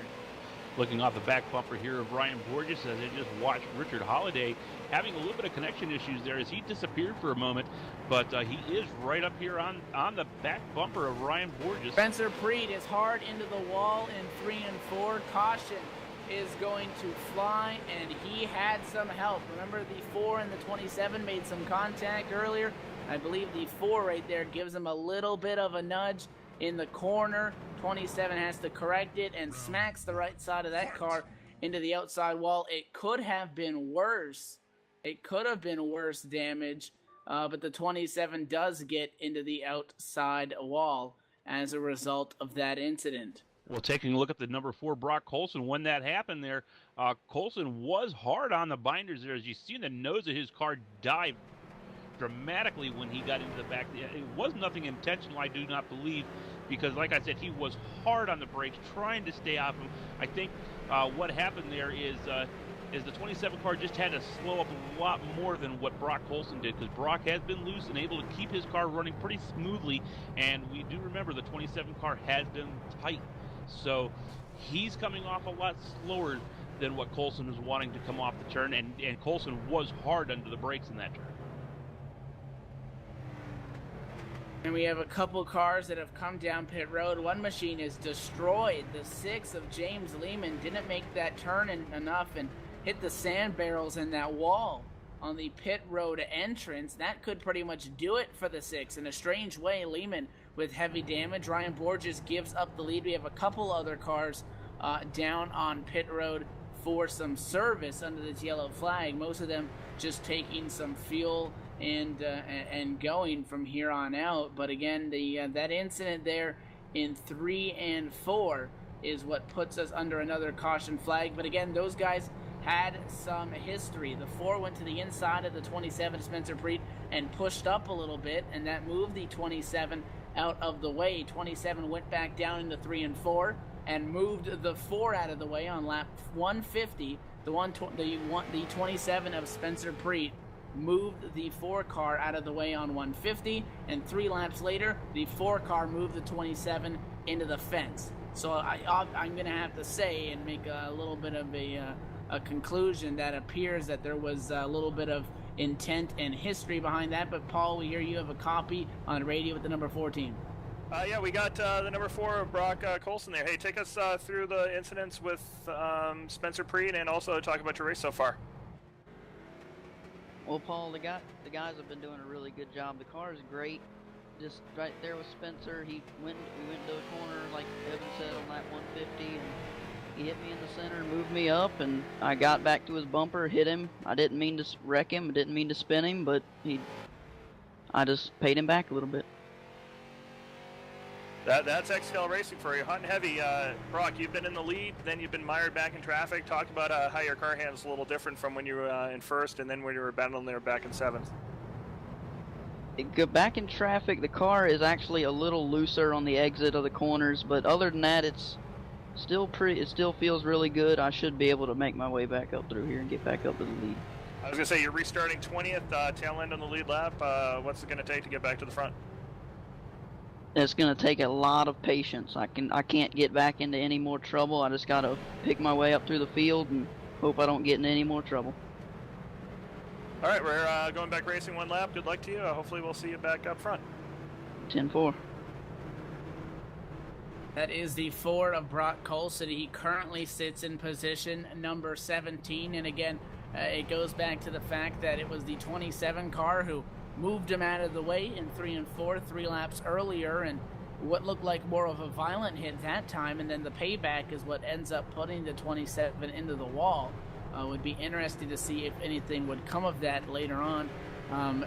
Deemed by the XCAL officials. A little bit of a blink there. The 03 of Richard Holliday temporarily disappearing on the screen. A little bit of blinking up in the number 1 position, but he has recovered. The lights are back off the pace car once again, and race control will confirm it's one to go. But the 03 appears to be blinking a couple times here. Yeah, I noticed that earlier there when he was running for 2nd position. He disappeared once or twice there, and looks like problems are still continuing. So he has electrical issues going on right now in the 03 Richard Holliday car. So it's going to be interesting to see what race control is going to do about that, if anything, with that car disappearing from the track like it is. And they have delayed the caution one more time. And typically when race control comes over the radio and says 1 to green, that means they will not delay it any more times. But They will give us one more circuit around on the yellow flag before we go back green flag racing. Update on the 6 of James Lehman, the car that hit the pit road wall trying to get down at the last second. He still sits in his stall trying to get some damage repaired to his NOS machine, but that number 6 car pretty torn up in the front end and the looks like the left front steering on that. We're hearing somewhere in the range of 4 minutes of damage that he is required to get fixed on that machine, and the front end definitely looks better now than it did when he entered pit road. So the crew doing work, but lights off the pace car. We're getting set to go back green flag racing. Pace car down to pit road, getting ready to go green flag racing. The 03 of Holiday's in control. He waits a lot longer. Everybody's going to stack them up in bumper cars back in the middle of the pack on the bottom lane, but we are racing. Holiday to the outside, so he arcs it into the corner, side by side for second. And here comes the 12 of Mark Arthur trying to get it from Luke Turpin. Interesting way to wire. That's the first car I've seen do that. The way Holiday just went into this turn, he arced it like you said. He went way out to the. Whoa! Turpin's way up the hill into the fence. Lost it.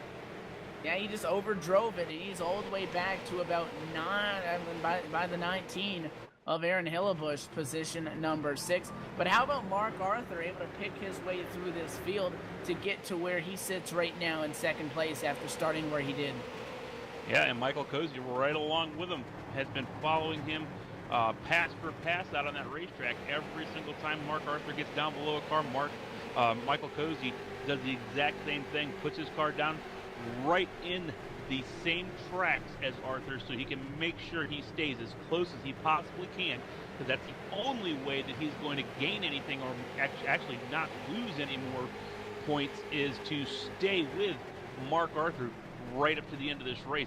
So you got to think that Michael Cozy is doing everything that he can to get his points lead back, but in the same token, Mark Arthur is doing everything he has to do to keep that points lead.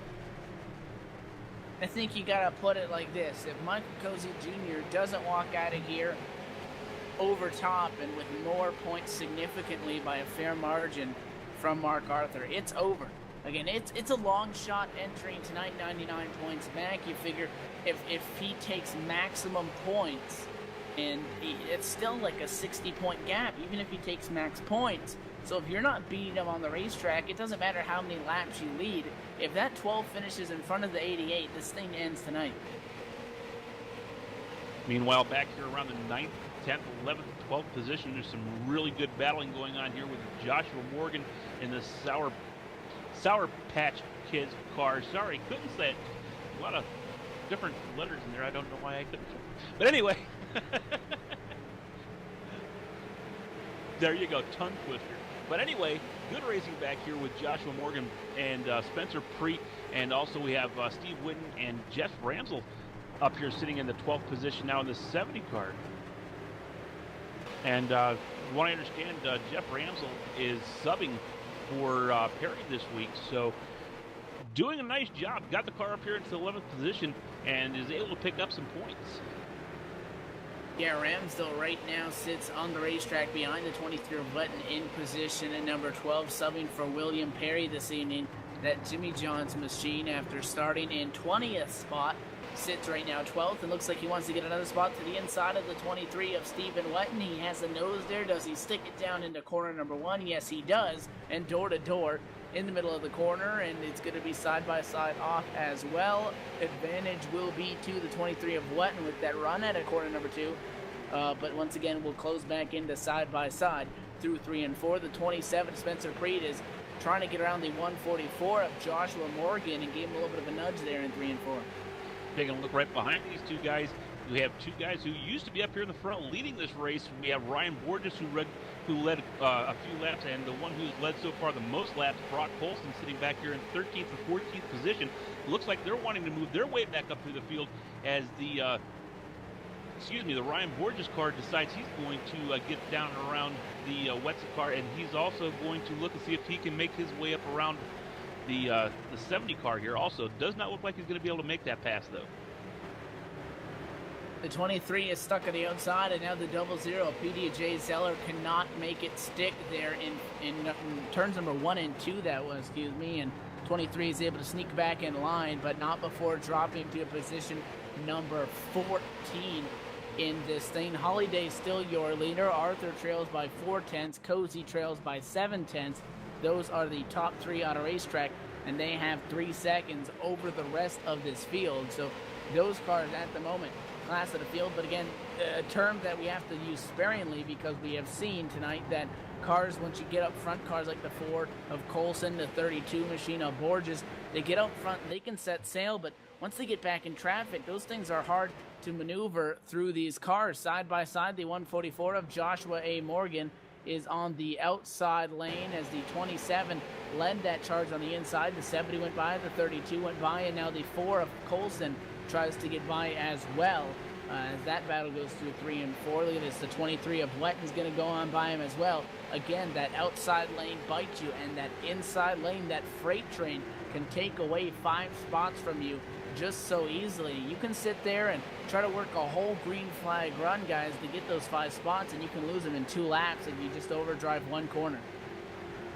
Keeping an eye here now on the Dustin Adams and the Little Trees machine out here. He is caught back up again to the Daniel Smallwood machine, the 89 car, National Guard car, and he has been trying everything he can to get down around the bottom of Smallwood. Adams has been, that is, and not been very successful. Every time he gets to the point where he thinks he's going to be able to get up there and do something with him, looks like he just loses the rear end of that car and just slides it up sideways and loses all that time that he had just gained.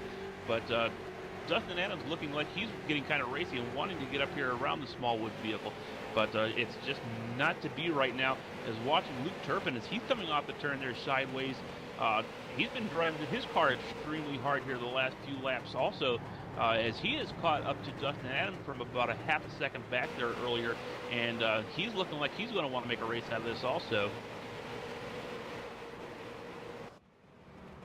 And a big battle is going on for position number 10, the 32 of Ryan Borges to the inside of the 70 of Jeff Ramsdell. He will clear him. Now the Ford of Brock Coulson takes his turn at the 70. They are door-to-door down to back straightaway and now into turn 3 on lap 176. The Ford of Coulson trying to clear the substitute driver for William Perry. He does. Ramsdell will lose 2 spots. Can Stephen Wetton make it a third? The 23 challenges to the inside. In a quarter number 1, he does make it sick. Can he hang on? Yes, he will. Door-to-door for those 2 cars. That is now the battle for position number 12. The 70 uses the run down to back straightaway. Can he clear Wetton into the corner? No, he cannot. Stephen Wetton trying to hang on in that good wrench machine. Slides up the hill a little bit. They're going to be door-to-door off the corner. Again, those 2 cars battling it out for position number 12. And now up in front of them for a couple more spots forward. 3 wide around lap traffic. The 32 of Borges trying to get around Aaron Keith's 44. Meanwhile, back up here at the front of the pack, Mark Arthur has caught back up to Richard Holiday. Richard Holiday had moved it out to about a three quarters of a second lead, and Mark Arthur has ran him back down to a half-second lead. So Mark Arthur looking to get up here and get these very, very, very valuable points for leading laps. And right now, Mark Arthur is gaining ground on their leader, Richard Holiday. Battle now for position 7. The 27 of Spencer Preet takes it from the 19 of Aaron Hillebush with ease, going down into corner number 3. That 27 car appears to be on a mission coming off of the most recent restart. I feel like a battle will be coming very shortly for second as Michael Cozy Jr. continues to close in on the 12 of Mark Arthur as they work right now. But again, the top 3 now have nearly 6 seconds on the rest of the field. They're just flying away with this. A lot of side-by-side, though, guys. Mid-pack, another one for 14th spot. Looks like it's the 74 machine, who is actually a lap car, Alex Krasper, trying to get around a couple of lead lap cars, and he's right in the battle for this, and that could get a little bit messy there as the 00 of PDJ Zeller is trying to battle the 144 of Joshua Morgan, but they got that lapper right in front of him. Just trying to keep an eye a little bit here and on contact. The 74, the lap car just got into Joshua Morgan and is going to cost Morgan that spot as Zeller is able to get by on the inside. So a lap car is going to interfere with that battle. The 144, that Sour Patch Kids machine that you were just talking about not too long ago, will lose a spot as the 74 of Alex Grasper, a lap machine, gets into him. That's not going to sit too well with that 144, I wouldn't think. Well, I think something that's not going to sit too well here is Michael Cozy Jr. is now, and we're back under caution. Oh, one car is stopped up against the fence, the 24 of Cy Andra. And it appears that, not sure what happened here, but a very strange incident at a corner number 2, just gets off the throttle and going down into 3, just hits the inside wall, goes right back up in front of traffic, stops on track. A very interesting error. Paul, you got an update on that incident there? Yeah, I just spoke with Cy's team there. Evidently, he had a computer lockup, electrical issue, so his screen went blank, and that's the results. Went into the wall and bounced off and just stopped. Such a tough break for a team that was trying to make some progress in tonight's race, and Cy started a top 3 machine in 3rd. We know he has the speed, and I think many people, and we see him, he's still going here on the front straightaway. Obviously, a little bit of damage on the left side of his car, but when something pops up on your screen, that's no good.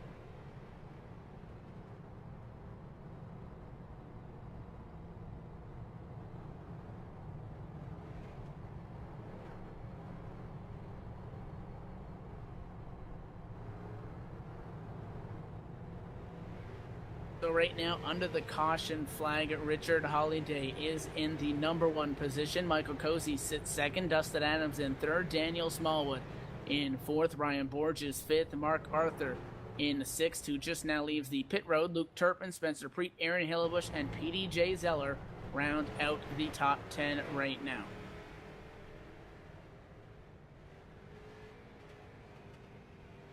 We're going to step away and take our second commercial break of the evening as we close in on the 2/3 mark and start to wind this thing down and chase it towards that checkered flag. You're watching LSRTV's coverage of the XCAL Racing Series, round number 19, the SDC Services 300. More from USA and Lakeland, Florida, coming up on the other side of this commercial.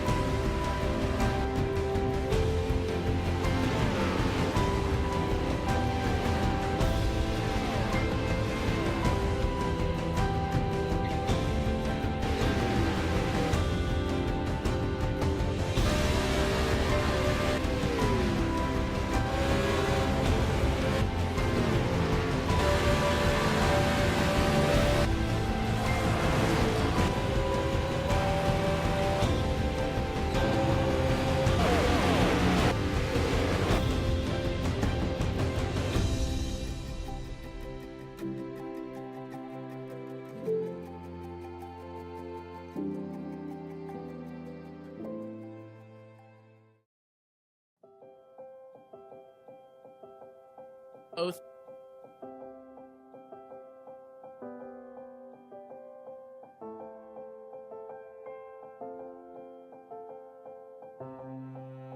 Trucking has always been a part of me.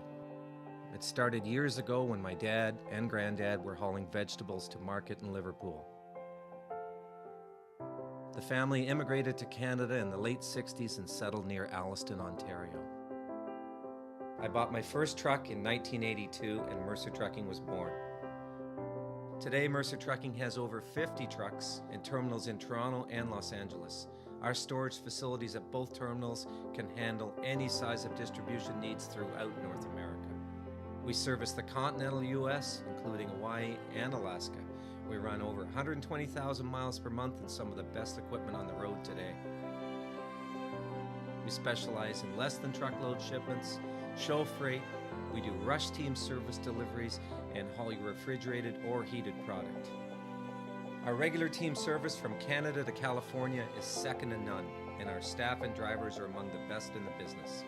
I'm proud of our people and what they can achieve. Trucking is in my blood, it's my livelihood, and it's what I do best.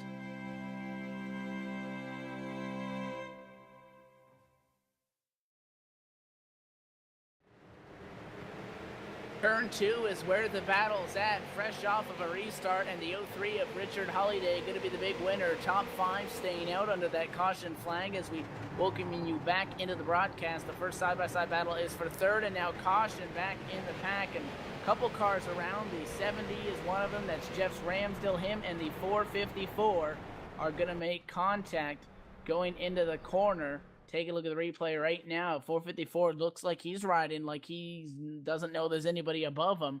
You see the 4 car riding much lower on the racetrack. I guess that's where the 70 of Ramsdale expected Turpin to be. Both those cars go around, and wow, a lot of those guys got to squeeze right through the middle of that. And one other car that spins trying to get around it, the 7 of Rod Weston, a self-spin, just trying to get on the brakes to avoid it. He will get into the inside wall, and very quickly we go back to the caution flag. It is the XCAL Racing Series on LSRTV. The SDC service is 300 as we close in on our 2/3 mark of this race. We have a car pitting from position number 4, and we're going to try to get word with one of our champion, actually I guess the championship leader, the 12 of Mark Arthur, under the caution flag. But Carl, we're closing on 2/3 in this race. What have we seen so far?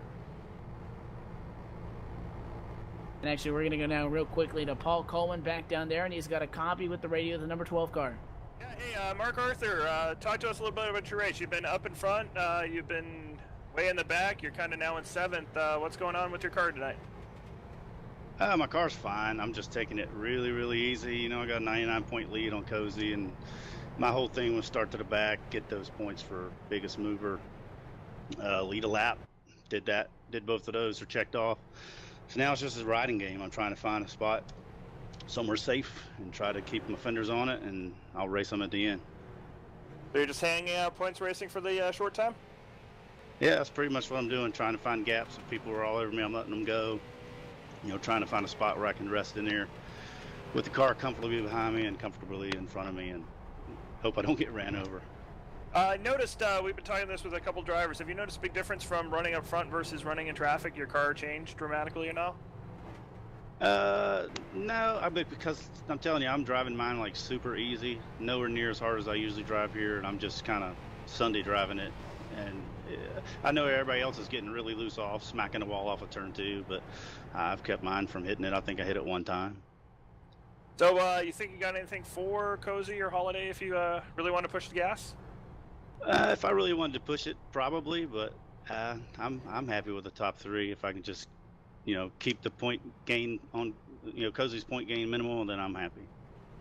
All right, there you have it, Evan. Some points racing going on, strategy.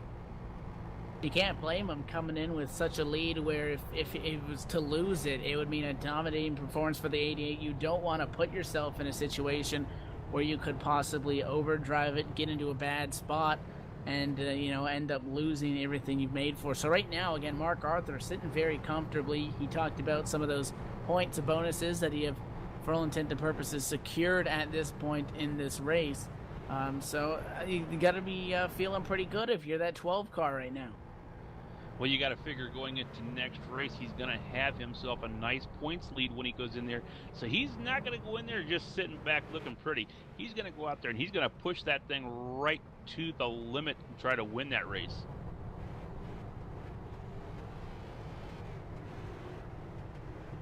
Again, looking forward on the schedule tonight, race number 19 out of 20. The inaugural XCAL Racing Series comes to a close not too long from now.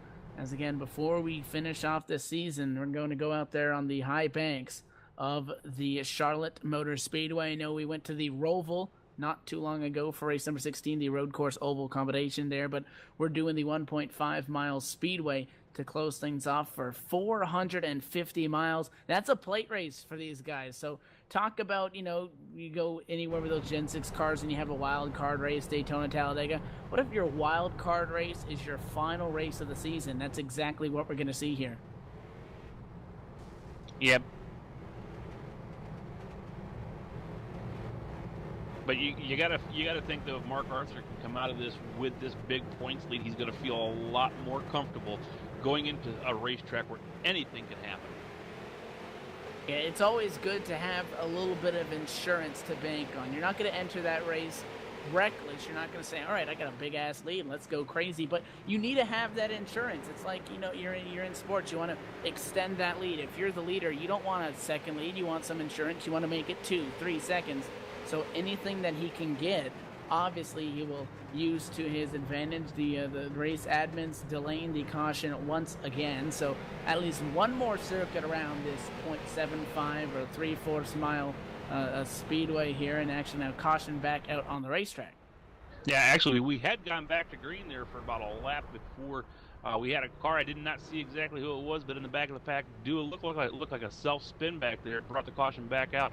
I believe what I'm hearing was the 89 of Smallwood spun the car around there and brought the caution back out. So we didn't even get a full 2 laps. We got our leaders now, bringing it down pit road. Let's see what's going to happen here. As the 88 car swings it back out, Cozy decides no, he is not going to pit. Yeah, the pace car did a touch and go there, stopped and had to keep going. The 89 of Smallwood spun it at a 2 and ended up the wrong direction. Cozy stays out, Wetton stays out. Richard Holiday is going to pit from position number 3. He comes down for service. Ryan Borges, Dustin Adams, to name a few. And thinking fuel strategy wise, once these guys come down, they're going to have to make at least one more stop. They can only go 72 laps of green flag racing, so that could possibly be why our leaders have stayed out, which would, if we don't see any more cautions. However, cautions have bred cautions since that first long 90. Again, we saw 90 laps of green flag racing after the first caution. Now we have seen 8 cautions total. But if we can go green, that would really kind of cut this field in half, put them on 2 different tire strategies, or fuel strategies for that matter. In fact, they still both need to make one more stop, especially these guys that came down right now. Still 30 laps short. You can't save that much fuel. So the guys that came down right now, again, will still have to make at least one more trip for some racing fuel before this is done. But you got to figure this was a points strategy move in Michael Cozy Jr.'s case here. He decided he wanted to stay out here, get some more laps led, get these bonus points. So Cozy probably having a couple different things going on right now with what he's wanting to do. You know that he's wanting that points lead, or he wants to at least close it in. So when he comes into next week,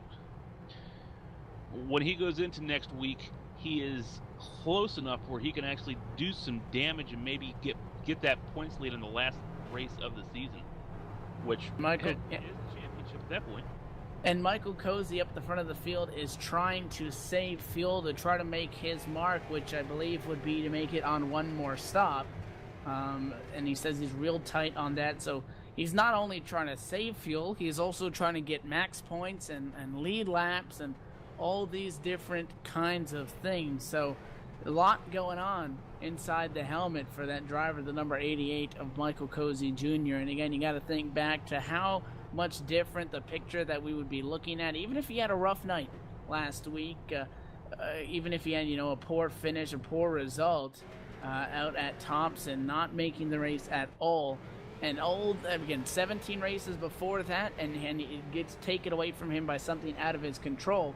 So not only is he trying to do it, but he's got to be pretty ticked off the way that went down. And again, no fault of his own, no fault of anybody else's. But that's got to give that 88 a little bit of determination here to try to go out there and get some stuff done up front. Oh, you're absolutely right with that. Yeah, he's definitely want to do whatever he can to get max points out of this. That's what we're talking about. And Mark Arthur now sitting back in 10th position. If something were to happen, excuse me, back in the middle of this pack that took Mark Arthur out, that would be huge. That would be absolutely catastrophic to Mark Arthur going into next week's race, because Cozy would be able to move within striking distance easily if he was able to win this race and something would happen to the number 12 car. So lights back on the pace car and now back off as race control delayed it once again. So we have passed the 2/3 mark in this race. Ryan Borges led the halfway point and was able to walk away with the UpstateCoin.com halfway award. Now we will see what will happen here. Cozy is in the number 1 position. If he can be strong He still has a shot, I believe, at leading the most laps in this race. I don't think anybody has led over 100, but the pace car is down on pit road. The 88 is on the gas. We're back green. A great start for the 27 to Spencer Preet, and Preet's going to go side by side with Wetton at the line and now down into the corner, door to door for second. And not far behind him now is our old leader, Brock Colson, in the number 4 car. He is making his move back here to the front of the field. Now he is wanting to get that lead back so he can get max points and lead the most laps, which he, right now, I believe, has the most laps led in this race. So Brock Colson looking like he's getting racy again, wanting to get back here to the front of this field as Michael Cozy Jr. takes it off into turn number 3, and comes out turn number 4 there with a nice lead. He's got about 0.2 of a second lead over Spencer Preet. And don't get comfortable, because that 27 was strong back in traffic. We've seen guys be strong up front and kind of stall out mid-pack. The 27 was, for all intents and purposes, on the move for the majority of that time that he was stuck back in the pack. And how about the 4 of Brock Colson, one of the most dominant cars tonight, sits third. And there you go, once again, the top 3 are trying to pull away from this field. And again, we saw earlier Spencer Preet allow the 88 of Michael Cozy Jr. to go by him. Those 2 are teammates. Do we see the 27 Kool-Aid machine play any games here and try to slow down or impede the progress of Brock Colson to try to help Cozy up front, try to maybe challenge for the most laps led award? Again, still over 90 laps to go in this thing, so I believe that is still in reach. He picked up a couple of those earlier on, and he may also be in contention for cleanest driver. Haven't really seen that 88 be making a lot of contact out there, but all that would be determined post-race. But again, Spencer Preet, the 27, is slowly slowing them down. We hear that another car has some damage. Daniel Smallwood has damage, and it may have been another incident where a car getting into the pit road wall, but Daniel Smallwood is on pit road for repairs. Top 3 have sailed away by a second over 4th, and 4th is the first side-by-side battle. Wetton and Mark Arthur. Mark Arthur to the inside in 1 and 2. I'll tell you, one car that has been making moves left and right here since we've gone back to green is the number 12 car of Mark Arthur, starting in 10th position on that restart, has moved his way all the way back up here to 4th position, passing cars pretty much at will. So is he playing conservative? I don't think so, but we are back under caution one more time. Caution back out on the racetrack. It looks like the 52 of Jeremy Poole will be the cause of it. It's going to be a self-spin out of corner number 2. He was driving the corner like he was going to be single file. The 24 was a little bit slower on the outside lane. That was Syandra. So Jeremy Poole kind of had to yank that wheel and force that car to get left just a little bit more. Couldn't really swing it out wide. And again, just so quickly into the inside wall and around. Nobody else involved. He nearly came back up into traffic, but keeps it off everybody else and quickly back under yellow once again. The 88 of Michael Cozy Jr. will remain in the number 1 spot. And not only that, but this helps that 88 trying to make that fuel strategy work out up front. Well, back to the interview we just heard between Mark Arthur and Paul Coleman. I'm taking it conservatively. Really? He's up to 3rd. He started it at just if that's conservative, let's see when he goes at it here later on in the going. Mark Arthur really driving that car harder than what I thought I would see him driving. He was only sitting back there in 10th position. Maybe he heard what I said and wanted to get out of Cozy. the danger zone. Cozy has come down pit road, and this is going to be short of what he would need for one more stop to the end. So I guess they have determined that he's not going to be able to make that work, and he has pulled it down out of nowhere. Was riding in line, and it looks like it might have been a last-second decision, but he pops her down on pit road, and that will mean that he will need at least one more stop, and that's going to put him towards the tail end of this lead group of cars, and many of those cars in front of him still need to make one more stop like he does. So that's going to put the 88 in a really rough spot. And I think that fuel, the strategy that they were trying to hit is just not going to shake out for him. And Paul, you got an update on that? Yeah, I just spoke with Michael Cozy's crew chief there. They feel that they can make it on the distance if they get 2 more yellows. If they get 2 more yellows, they can go the entire way on fuel. 88 laps. back up here to the front of the pack now. You know who's going to be starting this race from the lead? It's going to be Brock Colson one more time. So the first 4 cautions, Brock Colson was able to start up here in the front and able to get a really nice lead. Well, he is back up here in the front again, right in front of Mark. Well, he's going to be right to the inside, actually, of Mark Arthur on this restart. So Brock Colson back up in very, very familiar ground and looking like he's wanting to get up here and get the most laps led award tonight.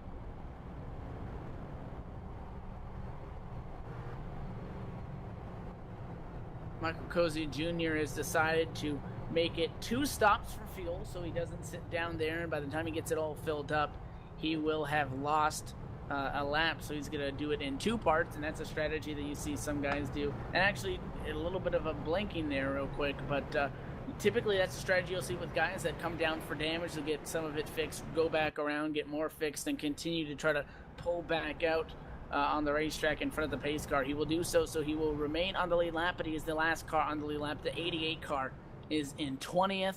Mark Arthur, 2nd. So 18 positions at least separate those two. Field is in the hands of Brock Colson. Lights off on the pace car as we enter 3 and 4. Cover to take the green flag to take lap number 215. How does the 4 car navigate this restart? He dominated the opening portions of this race. He is on the gas. The green flag flies. We're racing once again at USA. The 12 on the outside will slide in line to 2nd, just in front of the 23 of Steve Wetton. The 454 of Luke Turpin is the one that is forced out wide. And an update on the 88, they did not get it packed full of fuel, and that could be the final nail in the coffin, depending on how this plays out. For the Michael Cozy Jr. camp, a big scramble for 8th on back. The 03 is forced wide. That's Richard Holiday. They all scrambled in 3 and 4. They survive for now, and it is side by side for P5 in 1 and 2. The 5 on the outside of Colson. The 32 of Borges is on the inside. Well, what's causing that scramble right now is the damaged car of the number 5 Derek Colson car. He is not able to handle that car very well through the turns. He is actually making everybody that's behind him check up every time he goes into the turns because his car just is not handling. Lots and lots of damage there.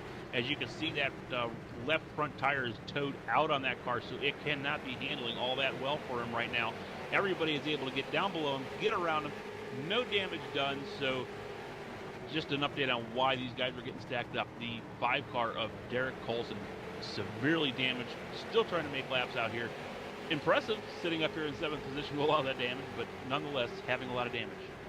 And it's the other Colson who is having a much better night. That is Brock Colson up at the front of the field. Continues to run 0.3 of a second in front of Mark Arthur as they run right now. And closing in on what will be 82 laps to go, this time by the start-finish line. And side by side for 6th, the 27 of Spencer Preet wants it from the 70 of Jeff Ramsdell, and they go down into corners number 1 and 2.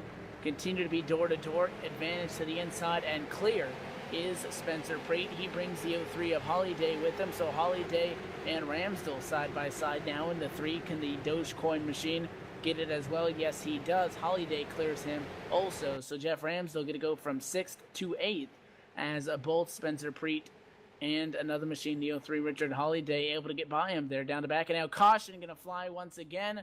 Trouble down in turns 1 and 2. Smoke and a bunch of cars sideways in the middle of the racetrack. The 454 of Luke Turpin in the middle of it all, and it looks like he gets some help and gets dumped by the 32. Looks like the 32 of Ryan Borges tried to shoot that gap into 1. It was not there. 454 shut the door on him, and Turpin goes sideways in the middle of the track. He actually collects the 03, a little bit of damage. 13 of Dustin Adams gets some damage.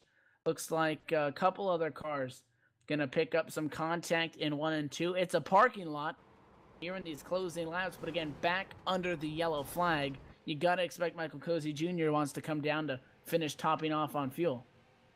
We're just going to kind of update you there on Michael Cozy Jr. sitting back here in the 19th position. He's not having the same luck that Mark Arthur had. Mark Arthur, when he sat back here in 10th, he was able to move that car all the way up to 3rd position here within about 6 laps. Michael Cozy Jr. came out in 19th position and pretty much stayed there that entire run. I mean, it wasn't a very long run, but was not able to make any passes at all. So not having the same kind of luck Mark Arthur has, which he needs to do. He needs to get his luck turned around here, get the fuel back in this car, get it back out there on the racetrack, and try to make some positions up quickly. This race is going to be coming to a close, and he's going to be sitting back here in 19th position. That is not good for him. We have a bunch of cars coming down on pit road, Paul.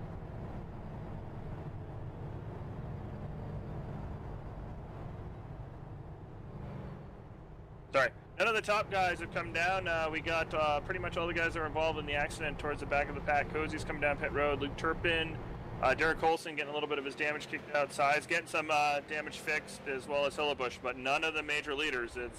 We're still not quite in the pit window yet.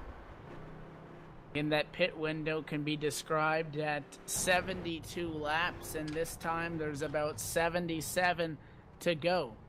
So that would be close on a full tank, but you got to think that with these caution laps, it would be a feasible undertaking. Oh, absolutely. You know, if he gets out here and gets a full tank in this thing and gets lucky, he very well could do it with 77 laps to go.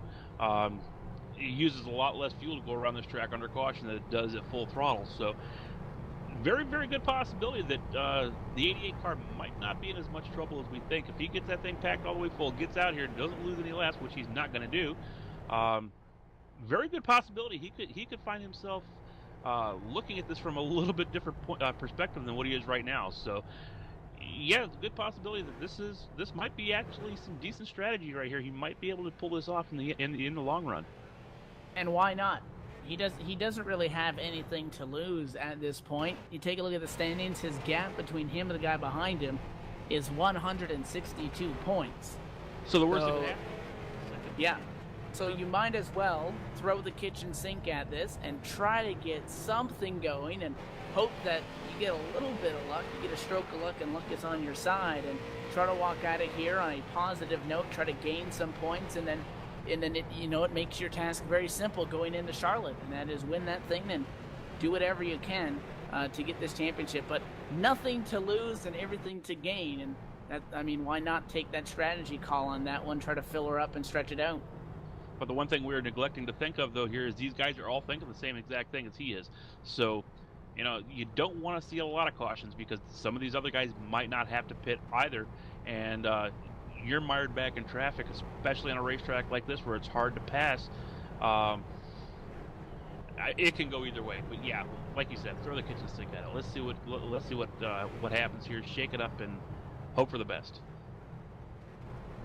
The lights still do remain on top of the Ford First Mustang pace car as the field paces down the front straightaway. Lights will go off this time by, and it may be delayed. The race control has said one to go before we go back green flag racing. Brock Colson, race leader, it would currently be able to make it on fuel, so that 4 car has to come down pit road at least one more time in tonight's affair. But we're pacing down the back straightaway, getting ready to go back green flag racing. So right now we're looking at Brock Colson, Mark Arthur, Steve Whitten, Ryan Borges, and Spencer Preet, your top 5 going into this last stretch of this race. Who's got it? Who can do it? Will it be Colson? Will it be Arthur? Or will you see something really weird happen and see Cozy get back up here to the front and take this win? And Spinner, the 12th of Arthur, is going to get turned in front of the pack. He saves it. Whoa, that has the same. Mark Arthur. Wide down the backstretch. They're trying to avoid the Mark Arthur sliding car. Wow. Nice. Nobody else got into him, but yeah, that was a very, very close call for Mark Arthur, our points leader, and that is exactly what Cozy's wanting to see, is Mark Arthur coming back to him right now. Yeah, that 12 car got a shot from the 23 just a little bit, and they all scrambled down the back straightaway, and that could have nearly done it for Mark Arthur, but he was able to wield that thing. I'm sure his eyes were closed that he may need a new fire suit for Charlotte, but he is able to hang on to it for the time being. The 03 is trying to challenge. That's Richard Holiday. Took a look to the outside. Can't get that done. The battle right in front of them is Ryan Borges trying to get up to 3rd. However, that is occupied by the 23 of Stephen Wetton. That car on the inside lane. Wetton not quite clear from Ryan Borges just yet, but Borges is driving it pretty hard on the outside, trying to make it work. May have overdrove it there. Stephen Wetton's going to clear him. Looks like the 70 of Jeff Ramsdell now going to be side by side. That is the battle for position number 4. And we're hearing that Mark Arthur battling a little bit of tight conditions after that incident there off that restart. You got to think Mark Arthur is not going to want to finish 4th. He's not going to want to get up here in the top 3 where he's going to get the interview, because everybody's going to see the stain on both sides of that uniform, because that was a close one. You got to figure, yeah, he had his eyes closed. I know I would have.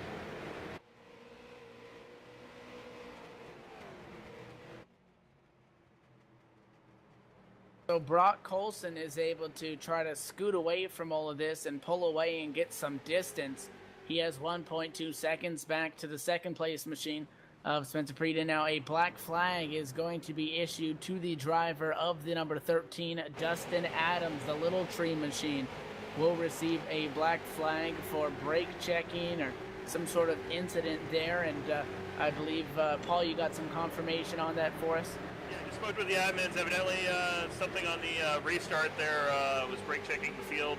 That's what the admins are saying. So he's going to have to come in and serve a black flag and possibly lose a lap here. He is down on the apron right now. He is coming into pit road, and he actually he hits the pit road wall. Multiple times we've seen that happen tonight, and now not only does he have a penalty, but that car looks like it's crab walking a little bit. Oh, we almost had a car go around Steve Witten sideways right in front of Holiday. Oh, he's in the fence. Holiday actually had to maneuver his car to the inside on the back straightaway there to contact the 88's around.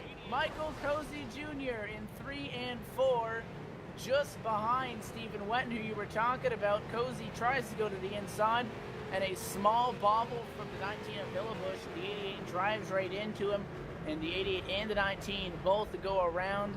Michael Cozy Jr. is able to avoid the fence, and the 19 of Aaron Hillebush goes around and makes contact with the inside pit road retaining wall. Back under yellow we go, and that's not what that 88 wanted to see at all. He did not lose a lap. That's the important thing. He was able to get that thing spun back around. He did a 360, got it going in the right direction there, and did not go down a lap, but he... And yeah, we're not seeing any kind of damage on the 88. It was pretty much just a tap. So, and we're also hearing that he is not going to have to pit. So that's good news. And yeah, the leaders are coming in. Brock Colson hits pit road. Spencer Preet stays out. Jeff Ramsdell also coming down pit road. So the first and third place machines come in for their final service of the evening. And that will put the 27 Spencer Preet back out into that number 1 position, back out into that clean air, which his car so dearly likes. And again, him coming off of a win, last week's winner, trying to make it back-to-back. Really like to know what's going on with the Mark Arthur car there, if he is going to be needing to pit one more time, or if he is going to do the same thing that Cozy's going to do and try to stretch it to the end, because he's sitting up there in 4th, did not pit on this caution. And I know that he's probably thinking the exact same thing that Cozy's thinking. I don't want to get back in here where Cozy's sitting because of what just happened to Cozy. He just saw Cozy almost lose any chance that he had of getting back to the pit.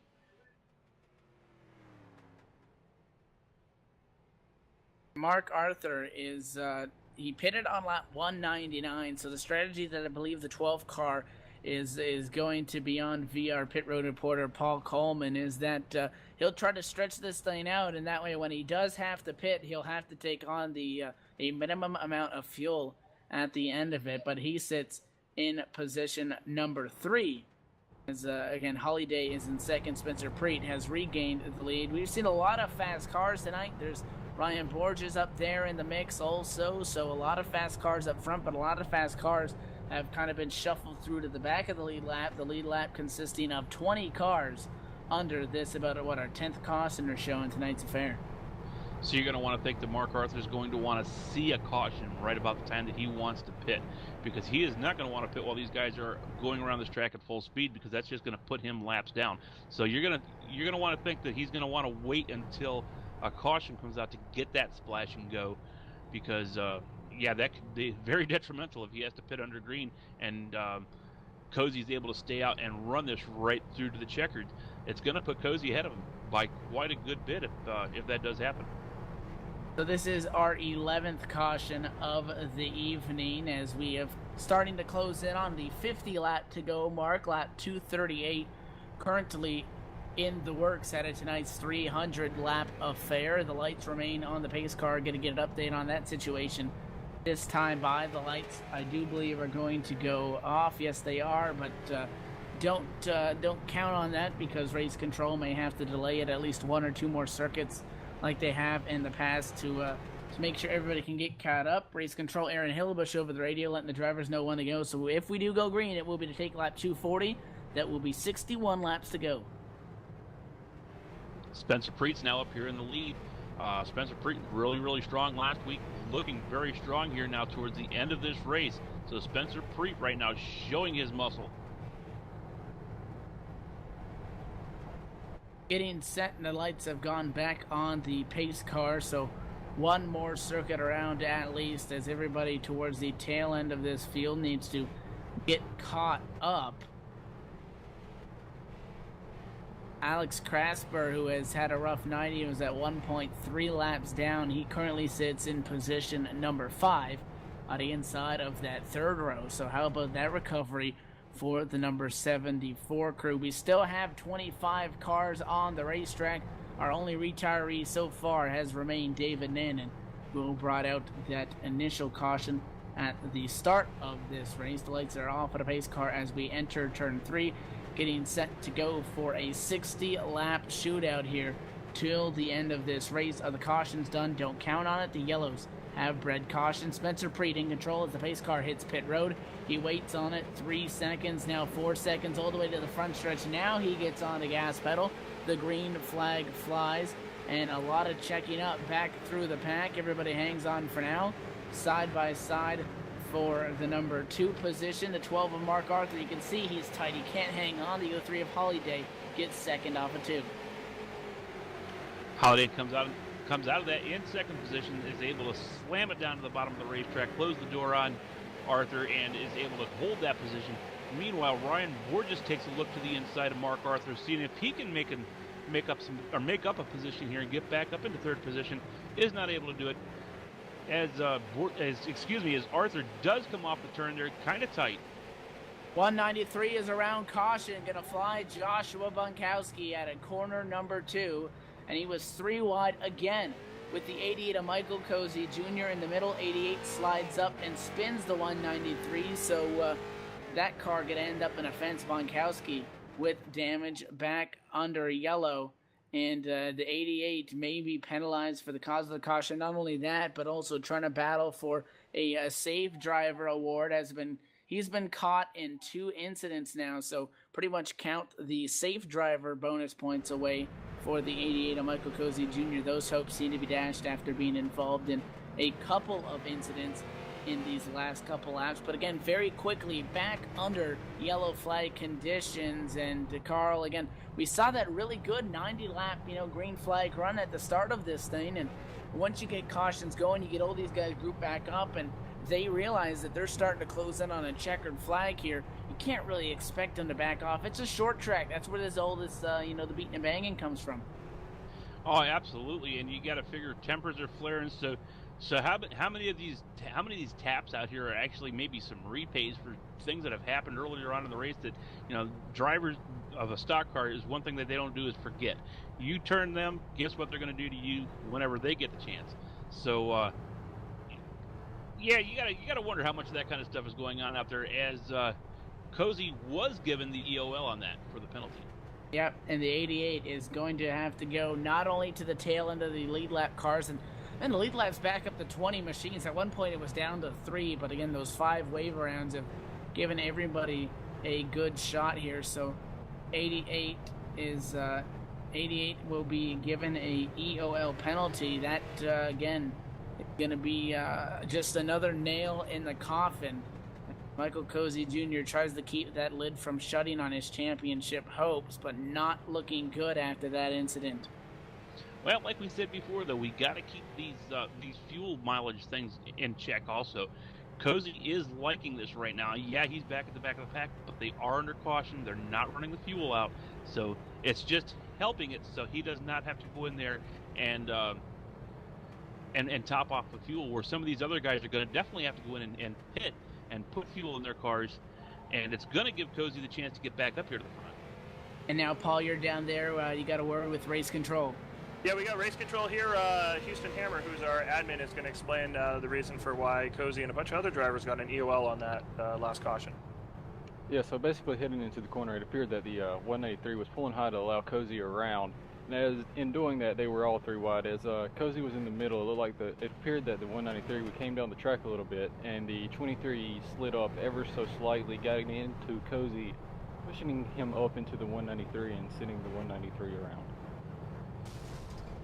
And by that, you determined that all three drivers would get an end-of-line penalty from that?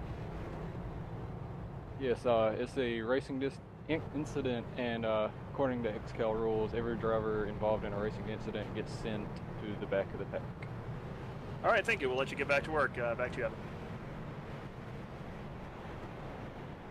So we get set for another race restart here in this race, and again continuing to close in on the end of this lights off at a race car right now.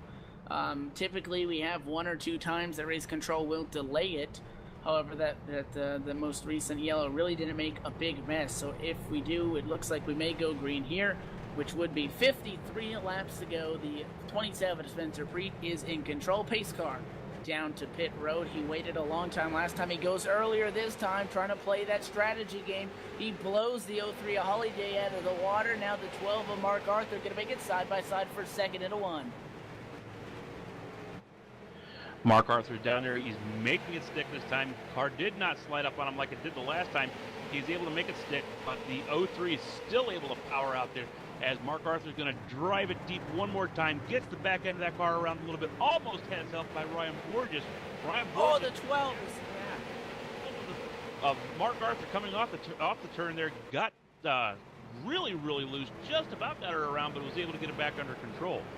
And when he went to correct that, he nearly got into the left rear of the 03 of Holiday, and some cars sideways back in the pack. Everybody tries to scatter. We have three wide in the middle of corner number 3. The 55 car had a close call there. They were bouncing off each other. Now the 5 is going to go around. We hear caution is out. Trouble down what appears to be the front straightaway. That was 3 wide. That was not going to work. The 55 comes down thinking he's still too wide. Little does he know, the Levi Garrett number 5 machine has a nose in there, and the 5 is going to spin off again. The nose of the 88 car is once again in this incident. Michael Cozy Jr., just a car along for the ride, and that he's able to go on by, but the car does go off his nose, and he just can't really catch a break. At this point, we are back under yellow, and actually we're going to step away for a commercial break as we close in and have passed less than 50 laps to go. You're watching LSRTV's live and continuing coverage of the 2014 XCAL racing season, race number 19, the SDC Services 300. We'll bring you back to the race for the checkered flag right after these quick words.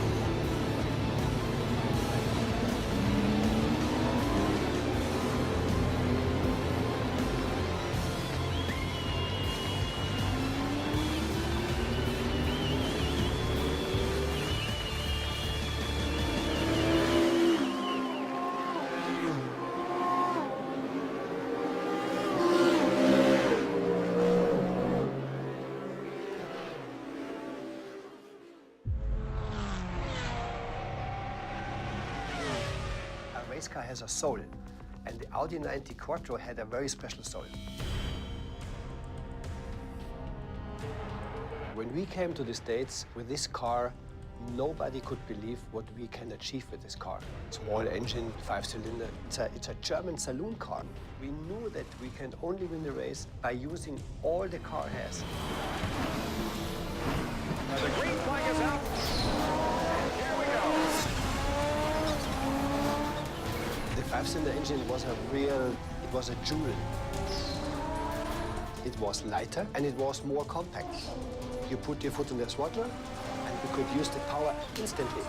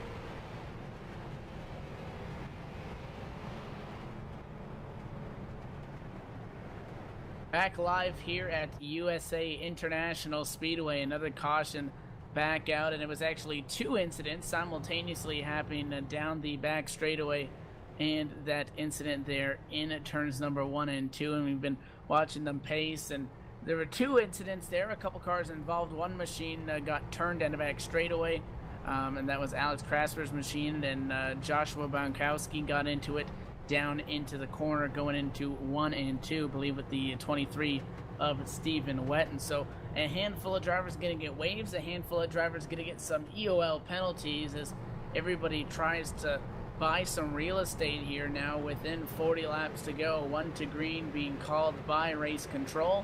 The 27 of Spencer Preet is in control of this field. The Kool-Aid machine looking to make it back-to-back trips to victory lane here as we pace down the backstretch, getting ready for yet another late race restart. I know we've been beating this to death tonight, but we can't stress any harder what we have been. The points chase right now with Mark Arthur sitting up here in the 3rd position. We have Michael Cozy, who has been able to close a little bit of ground, has made it back up here to the 12th position. As we go back to green, Spencer Preet hits the loud pedal back to the lead into turn 1, and once again convincingly out to the lead. Side by side for what appears to be 5th on back, and a big checkup. Double zeros in the fence. 70 is going to get into him, and now we're 3 wide. Going down into corner number 3, the 4 of Colson is forced to the apron. They managed to get double file at a corner number 4, but that was another close call. The car that is leading this charge, the 00 PDJ Zeller, in 6th has company. The 144 trying to give him a run for his money. That is Joshua Morgan. Morgan to the inside, and now one car around back in traffic. Oh, a huge wreck down the back straightaway, and it starts with Daniel Smallwood and the 89 losing it. The 454 of Turpin is into it, and a whole handful of drivers are going to pile on into this thing. Again, the 454, the 54, the 24, a whole bunch of drivers picking up some sort of damage from that. And again, another incident right in front of Michael Cozy Jr. He can't buy a break. Michael's out here thinking, why did I pit? But he was able to get through that pretty much unscathed. And yeah, it's just everything just happening right in front of Michael Cozy here. The last 3 different cautions that we've had out here, Michael Cozy has been within close proximity of every single one of them cautions. So yeah, he's probably out there thinking, I should have stayed out because I was up front.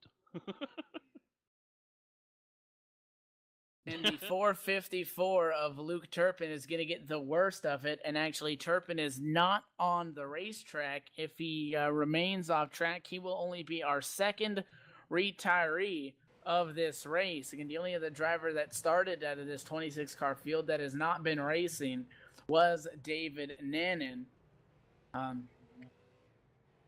But Luke Turpin in the 454 will get the worst of that as he got knocked sideways in front of the field, and we hear the 454 is taking a tow back to pit road. Still over 2 minutes before he can get there. He got collected, knocked sideways in front of the field, and essentially got bowled over by all those cars going by. So doesn't start the incident, but he gets the worst end of it all, and that seems to be the way it works in racing all too often.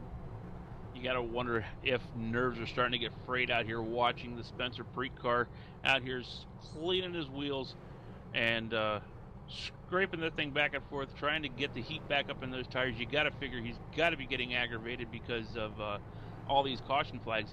Trying to keep heat in these tires. Like you said before, these street stocks love it when these cars start getting old tires. They get the heat in the tires, they start to stick better. And under caution, these cars' tires cool down quite a good bit. So Spencer Preet out here swaying this car back and forth, trying to keep the heat in these tires. So once they go back to green, he is able to stick that car down to the bottom of the racetrack. Since lap 12, we had only had one driver retire from this race. That was David Nannon, and now Luke Turpin. Gonna say enough's enough. The 454, his night is gonna come to a close, and one more machine retiring. That is Daniel Smallwood. The 89 machine has been disqualified. Paul Coleman is down on pit road. He's got radio transmission with the 54. Yeah, just a couple updates. We got Daniel Smallwood has been disqualified. Didn't know if you mentioned that. Also, Luke Turpin has way too much damage. And we're down here with Brandon Cruz, who finally, I think, got his car fixed. And right as you got your car, all the tightness issues, you ran into this problem. Tell us about it. Well, that's about what happened. Spent the whole race fixing the setup because it was a swing and miss for me this week. Heat races were perfect, and then I got in this race and the setup just didn't work for anything. I was either too tight or too loose, and I finally got it fixed. I led some laps. I was happy with my performance today, and then just this happens. I guess you really can't do anything, but hopefully I can get back out there and just run some more laps. What did you see out there? I know you weren't part of that original accident. What did you see? I honestly have no clue. I was talking with my teammates in TeamSpeak when it happened, so I was looking in my mirror most of the time, and then I saw the 454 come up the track, and I hit him. Christopher Moody nailed me in the back. I know he didn't mean to do it. I was talking to him, but I really didn't see it coming. I didn't see any smoke or anything like that, so it scared the heck out of me. But Dustin basically has the top 10 in points locked in. I was trying to get in there. I've been 11th in points for like last 8 weeks, so I was trying to move up there, but oh well. Well, it looks like you're one of many drivers who's going to need a new fire suit this week. How much damage you got? I got my required fixed. I had 3 minutes of required. Now I have 8 minutes 15 seconds of optional, so I'm just going to go out there and try to run some laps. All right, Evan. Well, it looks like a long night's got longer for Brandon. Yep. And that's the case for a lot of guys out here that, again, we've seen in several incidents these last few races where you have guys that run top 5 and just a very simple incident, and next thing you know they get mauled back in traffic and they kind of crap back there in this thing. We are ready to go back. Green flag racing. Pace car down a pit road. Spencer Preet is on the gas. Green flag flies. He will clear the Dogecoin machine down into the corner. Does the 12 of Mark Arthur challenge for a second to the inside? He gets squeezed. Yes, he does. Side by side through 2. And contact. Contact. The holiday car once again is blinking. Doesn't seem like blinking really bad right now in front of Mark Arthur. That's got to be unnerving for you. Get to the lead. Looks like caution. Caution. One more time. Big caution. Oh, it's a parking lot at a corner number 4, Carl, and these guys are not at the carpool lane. The 70 machine of Jeff Ramsdell is 7-0 at a corner number 4 with a self spin. And he had a huge pack of cars going on behind him, and he just spins right up in front of traffic. Rather strange incident as you look at the replay. The 4 of Brock Colson is going to do that, and it looks like it stems back to corner 3 with 144. Actually gave him a punt, so the 70 tried to regain control that whole time. Brock Colson with damage, 144. The start of that all gets a heavy lick of that. The 1955 will get by 13, 24, 193 all involved. And the 70 machine of Jeff Ramsdell, understandably so, is not happy. And then you see the 70 giving the 144 a shot down the front straightaway after the caution flag had been thrown. Not sure how that is going to sit with race control, but once again, back under caution with Spencer Preet still leading this thing up in the number 1 spot. And back here in the number 8 position now, believe it or not, Michael Cozy was not involved in that one. But every single caution now, he has moved up about 3 or 4 positions. Right now, he is sitting in the 8th position, and I think he's starting to like these cautions right now. I know nobody else is liking them, but he seems to be enjoying them because he's moving up every time we go under one. You got to think the guys at the front of the field that still needed to pit, we've been pretty much pacing this last 1/3 of the race. Can they make it? We're going to have our pit reporter, Paul Coleman's going to try to talk to some of the teams and see what all these cautions are doing for them and if they're going to be able to stretch this thing out to the end as he goes to check on that. But Mark Arthur doing what he needs to do, sitting in 3rd, playing defense, but he is right now in front of Michael Cozy Jr. So I'd say right now the 12's doing what he needs to do.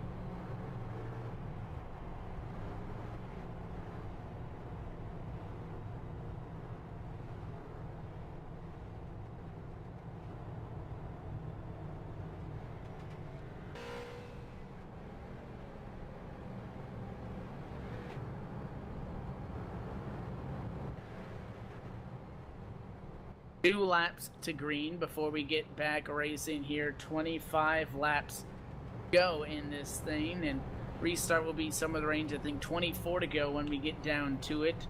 A couple of wave rounds, and now we have an update on pit road as far as the fuel strategy goes from Paul.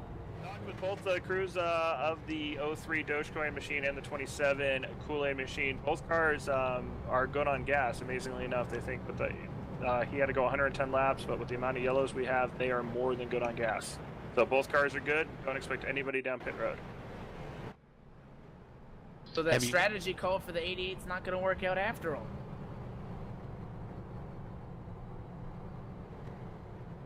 So we get set as the lights remain on the pace car race control, delaying it one more time around. The fuel element of this is going to be thrown out of it 110 laps.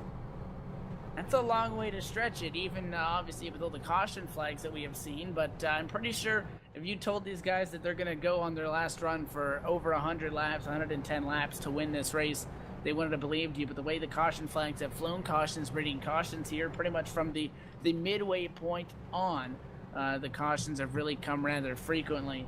The strategy just may work out. The 27, again, teammate to Michael Cozy Jr., is our race leader in the Kool-Aid machine. And again, we had Paul talk to both the crews of the 27 and the 03. Those are the cars that currently sit on the front row. They both believe that they are ready to rock and or roll if necessary fuel-wise. They are good to go till the end. The lights are off the pace car, getting set for a restart here, going into 3. See what Spencer Preet's going to do here, if he's going to try to fake out the field one more time. Going into turn number 3 here, coming out of turn number 4, is he going to get on it early? Is he going to wait? And he gets on a little bit earlier than what he's been getting on it, so yeah, he's tried to fake him out. But the 3 car here did not. Richard Holiday did not fall backwards as fast as he has been. As a matter of fact, he drops it right back. Oh, he's got a squeeze in line. 27 car just about gets around a big wreck, big wreck. Michael Cozy Jr. is in it. The 44 car of Aaron Keith around at a corner number 2 in a side-by-side battle, and that can be attributed to that 03 of Holiday. He squeezed down a line, caused a huge checkup. The 44 of Keith on the inside of the first side-by-side battle slides up the hill, gets into the 00 machine in the middle of the corner. Those 2 cars go around, and Michael Cozy Jr. gets driven right into the fence. As you see, as the replay comes up right now on the screen, and the 00 machine not happy, and looks like he gave the 44 multiple shots down the back straightaway after the caution flag had been thrown there towards the tail end of that. So those drivers clearly not satisfied with what went down there in that most recent incident. Carl, do you think that Spencer Preet's going to be able to ride out the rest of these yellows to win this thing, or do you think, like, how many laps would you say Richard Holiday needs if he wants to win it? Well, after that last restart there, watching Holiday on the restart, he was able to tuck it right in there, right behind the 27 of Preet, and I think he might have had him. If he would have had just a couple laps under green there, he might have actually been able to route Preet up out of the hole, and Holiday could have got around him, I believe, on that one. Now, Paul, you have caught up with Paul Coleman. I was going to say, you caught up with yourself. Yeah, no, you're down there with Aaron Keith. I am with myself, and also Aaron Keith has decided to join me. It does take a considerable amount of talent, but I've also caught up with Aaron Keith, who's down here getting some damage fixed. What did you see out there? Holiday bobbled up the whole field. What did you see out of your eyes? Yeah, I hate making it a habit of. I mean, I love you, Paul, but I hate making a habit of talking to you mid-race. I'd rather be, of course, out there. I'm leaving the pits now, but I know the Ivans thought it was my fault. It all got balled up. My car has just been really touchy loose. So I kind of drifted up, like they said, and just broke loose and got into PD. I don't know. I just had a feeling something bad was going to happen, couldn't hold it, and fortunately we're going to take a big hit in points, probably go down to 4th, maybe 5th. 2 questions. How much damage you have? And I saw PD was getting you into you afterwards. You think you're going to have any words with him after the race? No, I don't think he was really angry at me. I'm not really sure what that was about, but I have a lot of damage. I'm back out on the track, but 2 laps down, and just day is pretty much done. All right, we'll let you get back out there. And Keith running 20th this night is also get longer. So Paul Coleman down there with Paul Coleman and Aaron Keith with that report on the racetrack. But we are closing in on the end of this race. Just under 20 laps remain, and it is the 27 Spencer Preet that is the control car. Once again, Richard Holiday is begging. He wants a shot at this thing. Keep in mind that last week's results, very similar to what we're taking a look at right now. When it was all said and done at the end of the night, it was that machine up in the number 1 spot, Spencer Preet, for that matter of fact, and it was Richard Holiday coming home in second. So I can guarantee you that 03 doesn't want to be in the bridesmaid position for 2 weeks in a row, Carl. If we take a look at what's going on now, Holiday is going to the back of the pack after that. Yeah, Richard Holiday, he will be given an EOL penalty, and now I think he'll rather take that bridesmaid spot, because the 03 is going to have to go to the tail end of this field and drop outside, well outside of the top 15. Very, very interesting. So the 03 is going to yield high in the corner. And real quick, Paul with Petey. We've caught up with Petey Zeller. What did you see? What happened there? And why the extra banging on Aaron Keith? We just got one to green. Keith just got overexcited. You know, he was up front and must just got, overexcited and drove in too deep and turned me and sadly ruined my shot at top 5. I had a really good car today, and I was kind of surprised. I thought I was going to be back in the field, but I was up there fighting for a top 5, and it's just really disappointing. And now that bull crap with Holiday, but we're just going to fight on, go on to Charlotte, and hopefully have good runs there. Real disappointing about Holiday. All right, yeah, you're still on the lead lap. You got much damage? You think you can at least try to climb your way into the top 10? I'll try, man. Kept it clean all day, and hopefully we can get a top 10, but like I said, just really disappointed about Holiday. All right, thank you. Back to you, Evan. So obviously a lot of drivers that have not agreed with what has happened on the racetrack. We've seen that a lot so far tonight. This is just another example of that. Getting set for a 15 lap to go restart. Spencer Preet, Carl, I know you mentioned he's been playing a little bit of games, going earlier, going later on the restart. Let's see what the Kool-Aid machine does this time. Pace car to pit road. He goes about midway. Green flag flies. We're racing once again. Mark Arthur. Can he take a shot at the second spot? No, he can't. Ryan Borges will protect, and he blocks him down into the corner and shuts the door on the 12. First battle side by side is third. The 4 of Brock Colson. Contact.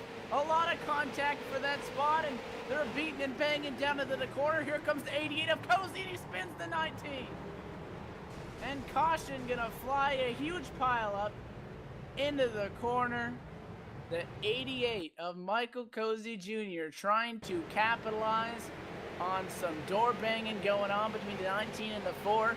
He throws it in too hard and just runs over the 19 of Aaron Hillebush, and that may be it for the 88's championship hopes. Makes a big mess in the corner. The 70 gets a piece of it. The 23, that was not pretty. You got to wonder how much of that is just pure frustration there on the 88's part. He has been back here mired in the back of this pack, and you got to figure he's getting very frustrated. It seems like every caution that's come out involved him, and now he just kind of put it down underneath there, maybe where he shouldn't have been, and just out of pure frustration, just trying to get the car back up into the front and throwing caution to the wind. I mean, we are running out of laps here quickly.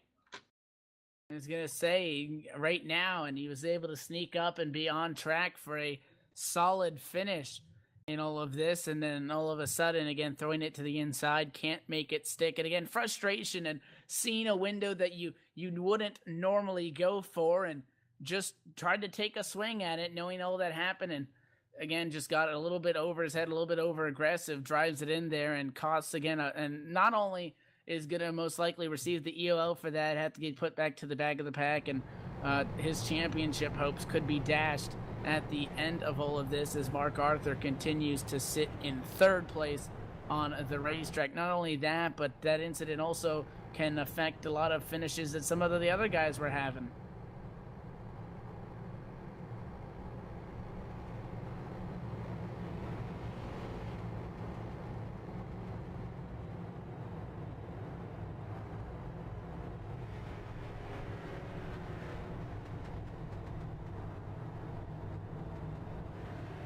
So the race leaders are letting the wave around cars go by on the high side of the racetrack right now.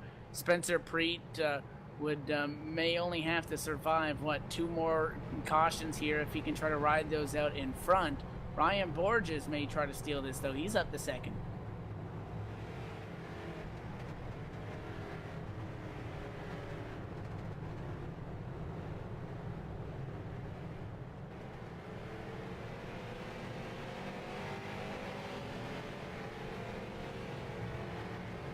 Top 5 right now. First position is the 27, Spencer Preet. Ryan Borges sits second on the racetrack. Mark Arthur is third. Brock Colson in the number 4 sits in position number 4 rather. And Cy Andrew, the last car on the lead lap, the 24 machine, able to back up into 5th position as they run right now. Rest of the top 10, Dustin Adams is 6th. Christopher Moody 7th. Stephen Wetton 8th.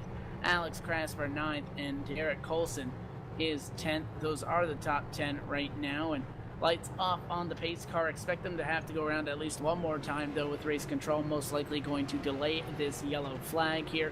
And again, Spencer Preet has led the last, going on a whole handful of laps here, the second portion of the race, being able to ride out these yellow flags. Carl, do you think that with the limited amount of laps left, does Ryan Borges even relatively have a shot? Because, I mean, if he wants to get it, he's going to have to nail this restart that we're coming up to right here in 3 and 4.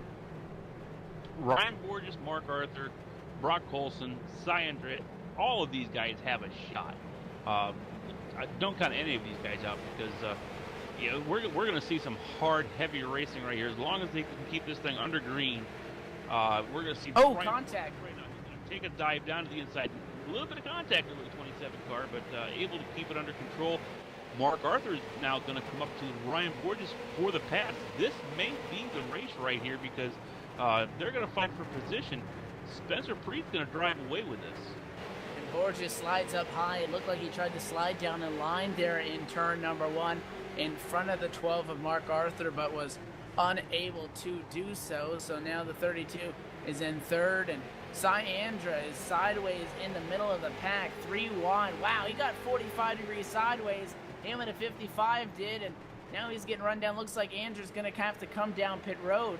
He's on the apron right now in 3 and 4. Trouble for the 24. No, he'll stay on track, but riding the apron, he's going to tank all that work, and he's dropped back to outside the top 15 just like that in a blink of an eye.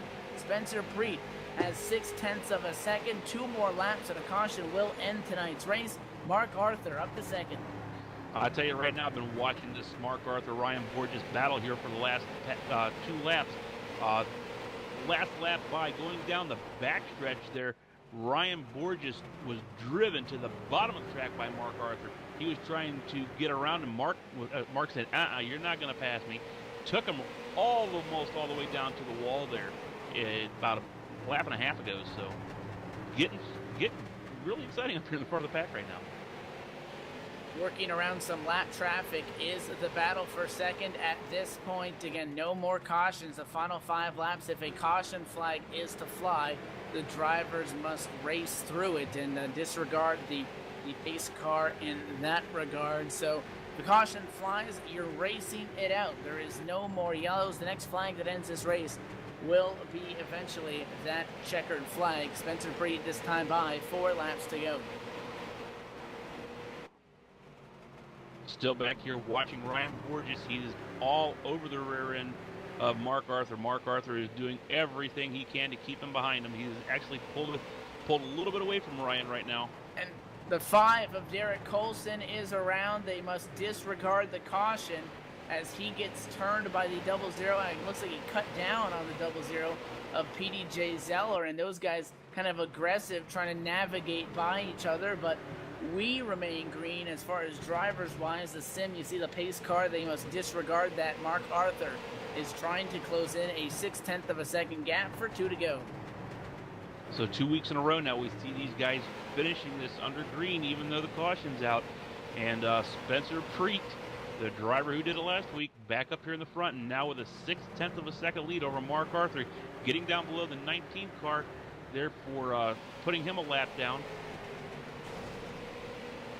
Oh, it looks like Borges caught the rear end of the lap car there, and looks like now he's going to be taken over by Brock Colson. Brock Colson's out to the outside, sideways. Lots of damage to the Brock Colson car, but still running forward, still going fast, and not able to make that pass stick, though. Ryan Borges is able to hang on to third for the time being. The 4 of Colson tries to challenge, but it is all Spencer Preet.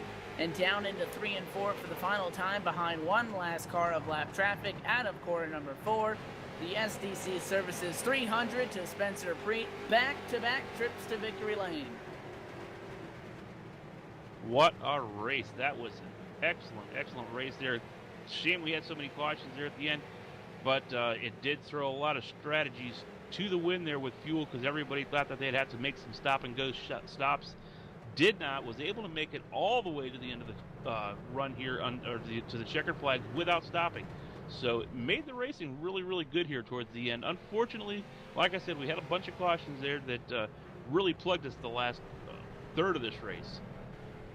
And with Mark Arthur coming home in the second and the 88 machine coming home outside of the top 10 at least, Michael Cozy Jr., you got to think that this is going to be the final nail in the coffin for Michael Cozy Jr.'s championship hopes. So we're going to step away, take our final commercial break. When we come back, we will talk to the top 3, wrap things up, and get you set for the season finale at Charlotte. You're watching XCAL Racing live on LSRTV, the post-race show from USA International Speedway, coming up on the other side.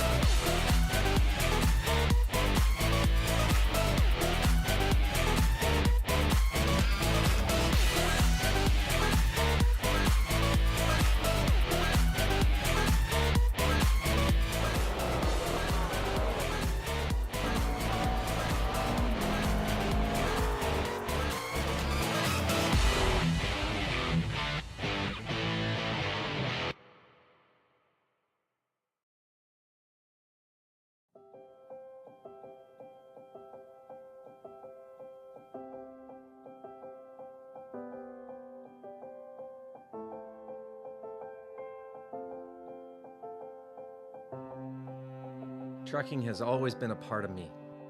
It started years ago when my dad and granddad were hauling vegetables to market in Liverpool. The family immigrated to Canada in the late 60s and settled near Alliston, Ontario. I bought my first truck in 1982 and Mercer Trucking was born. Today, Mercer Trucking has over 50 trucks in terminals in Toronto and Los Angeles. Our storage facilities at both terminals can handle any size of distribution needs throughout North America. We service the continental U.S., including Hawaii and Alaska. We run over 120,000 miles per month and some of the best equipment on the road today. We specialize in less than truckload shipments, show freight, we do rush team service deliveries, and haul your refrigerated or heated product. Our regular team service from Canada to California is second to none, and our staff and drivers are among the best in the business. I'm proud of our people and what they can achieve. Trucking is in my blood, it's my livelihood, and it's what I do best.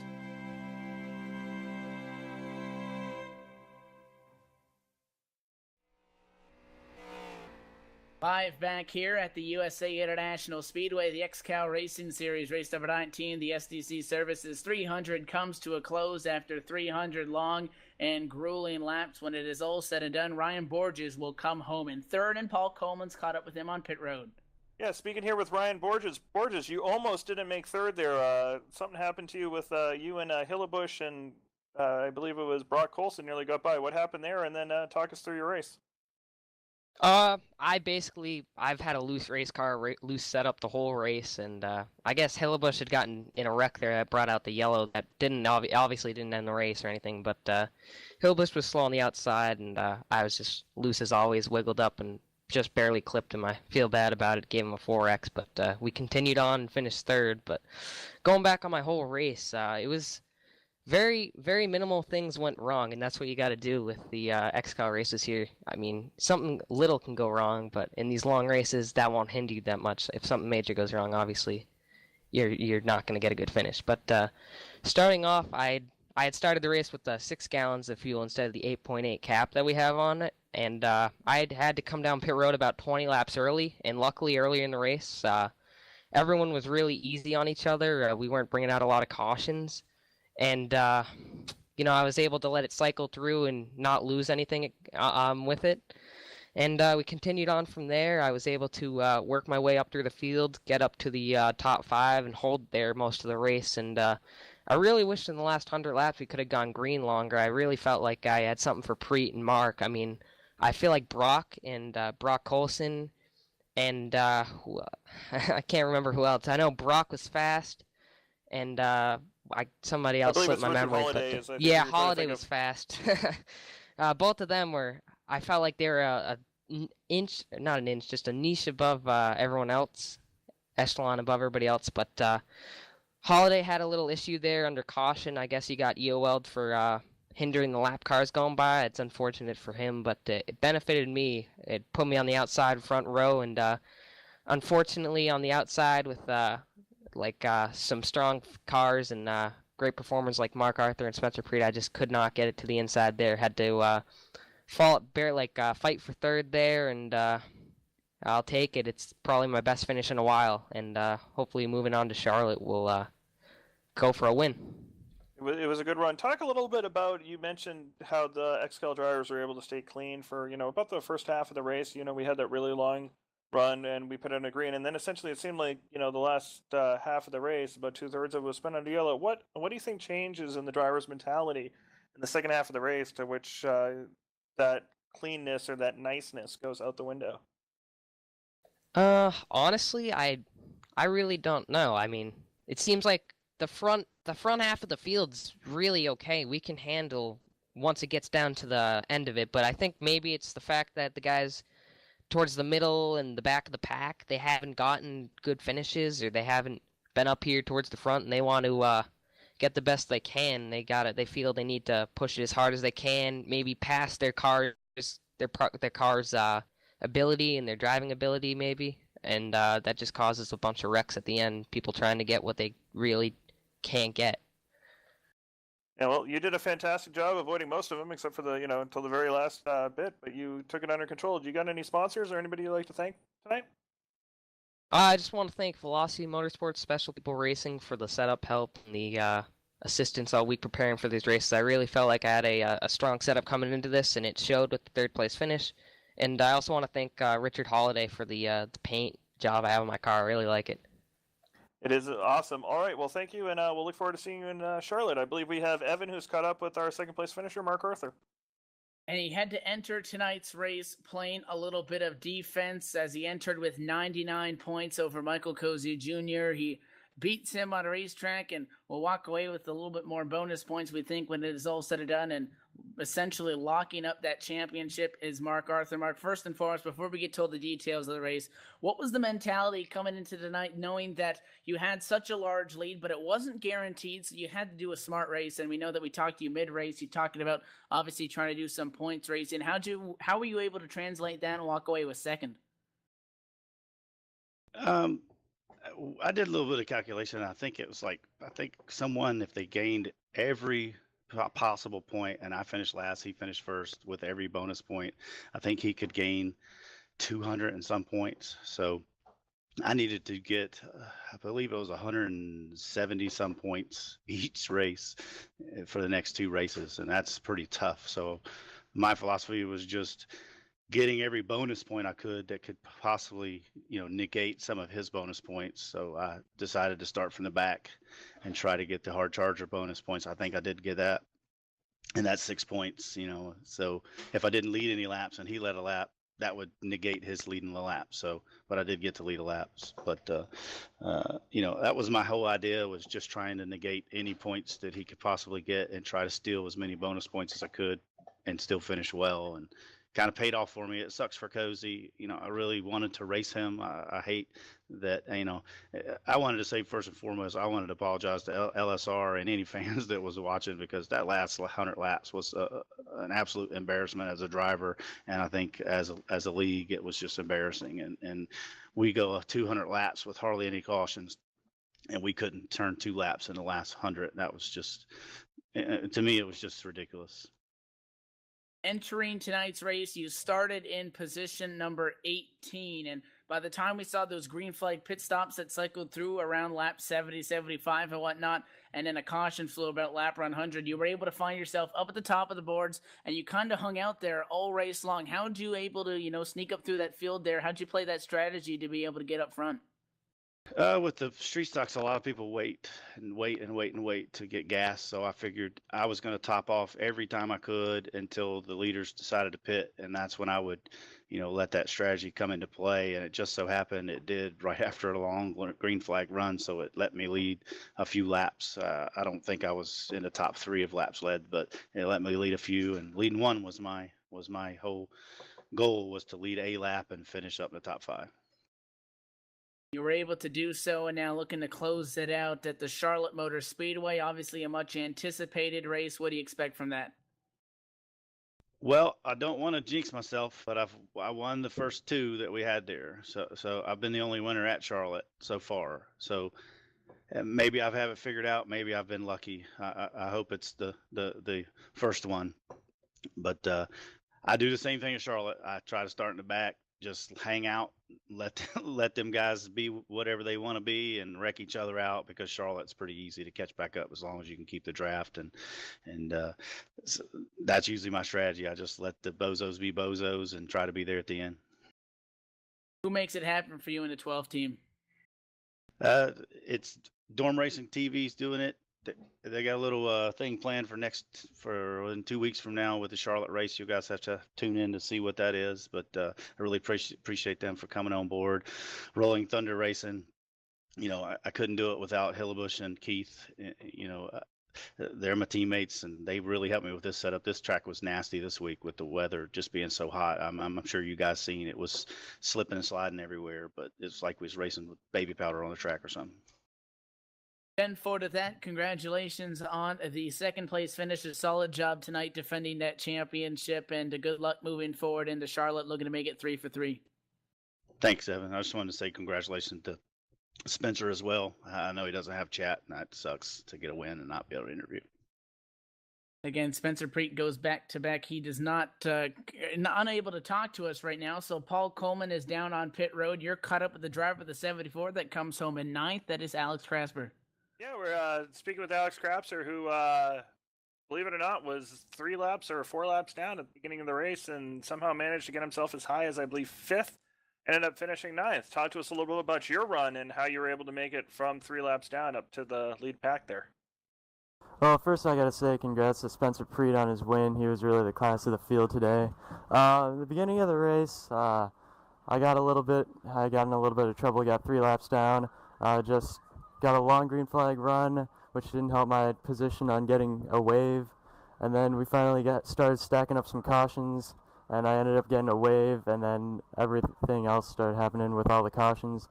And then I got into the top 5 and tried to battle for 3rd, and I spun out by myself, got into PDJ Zeller, and then went to the back and ended up 9th or 8th or something.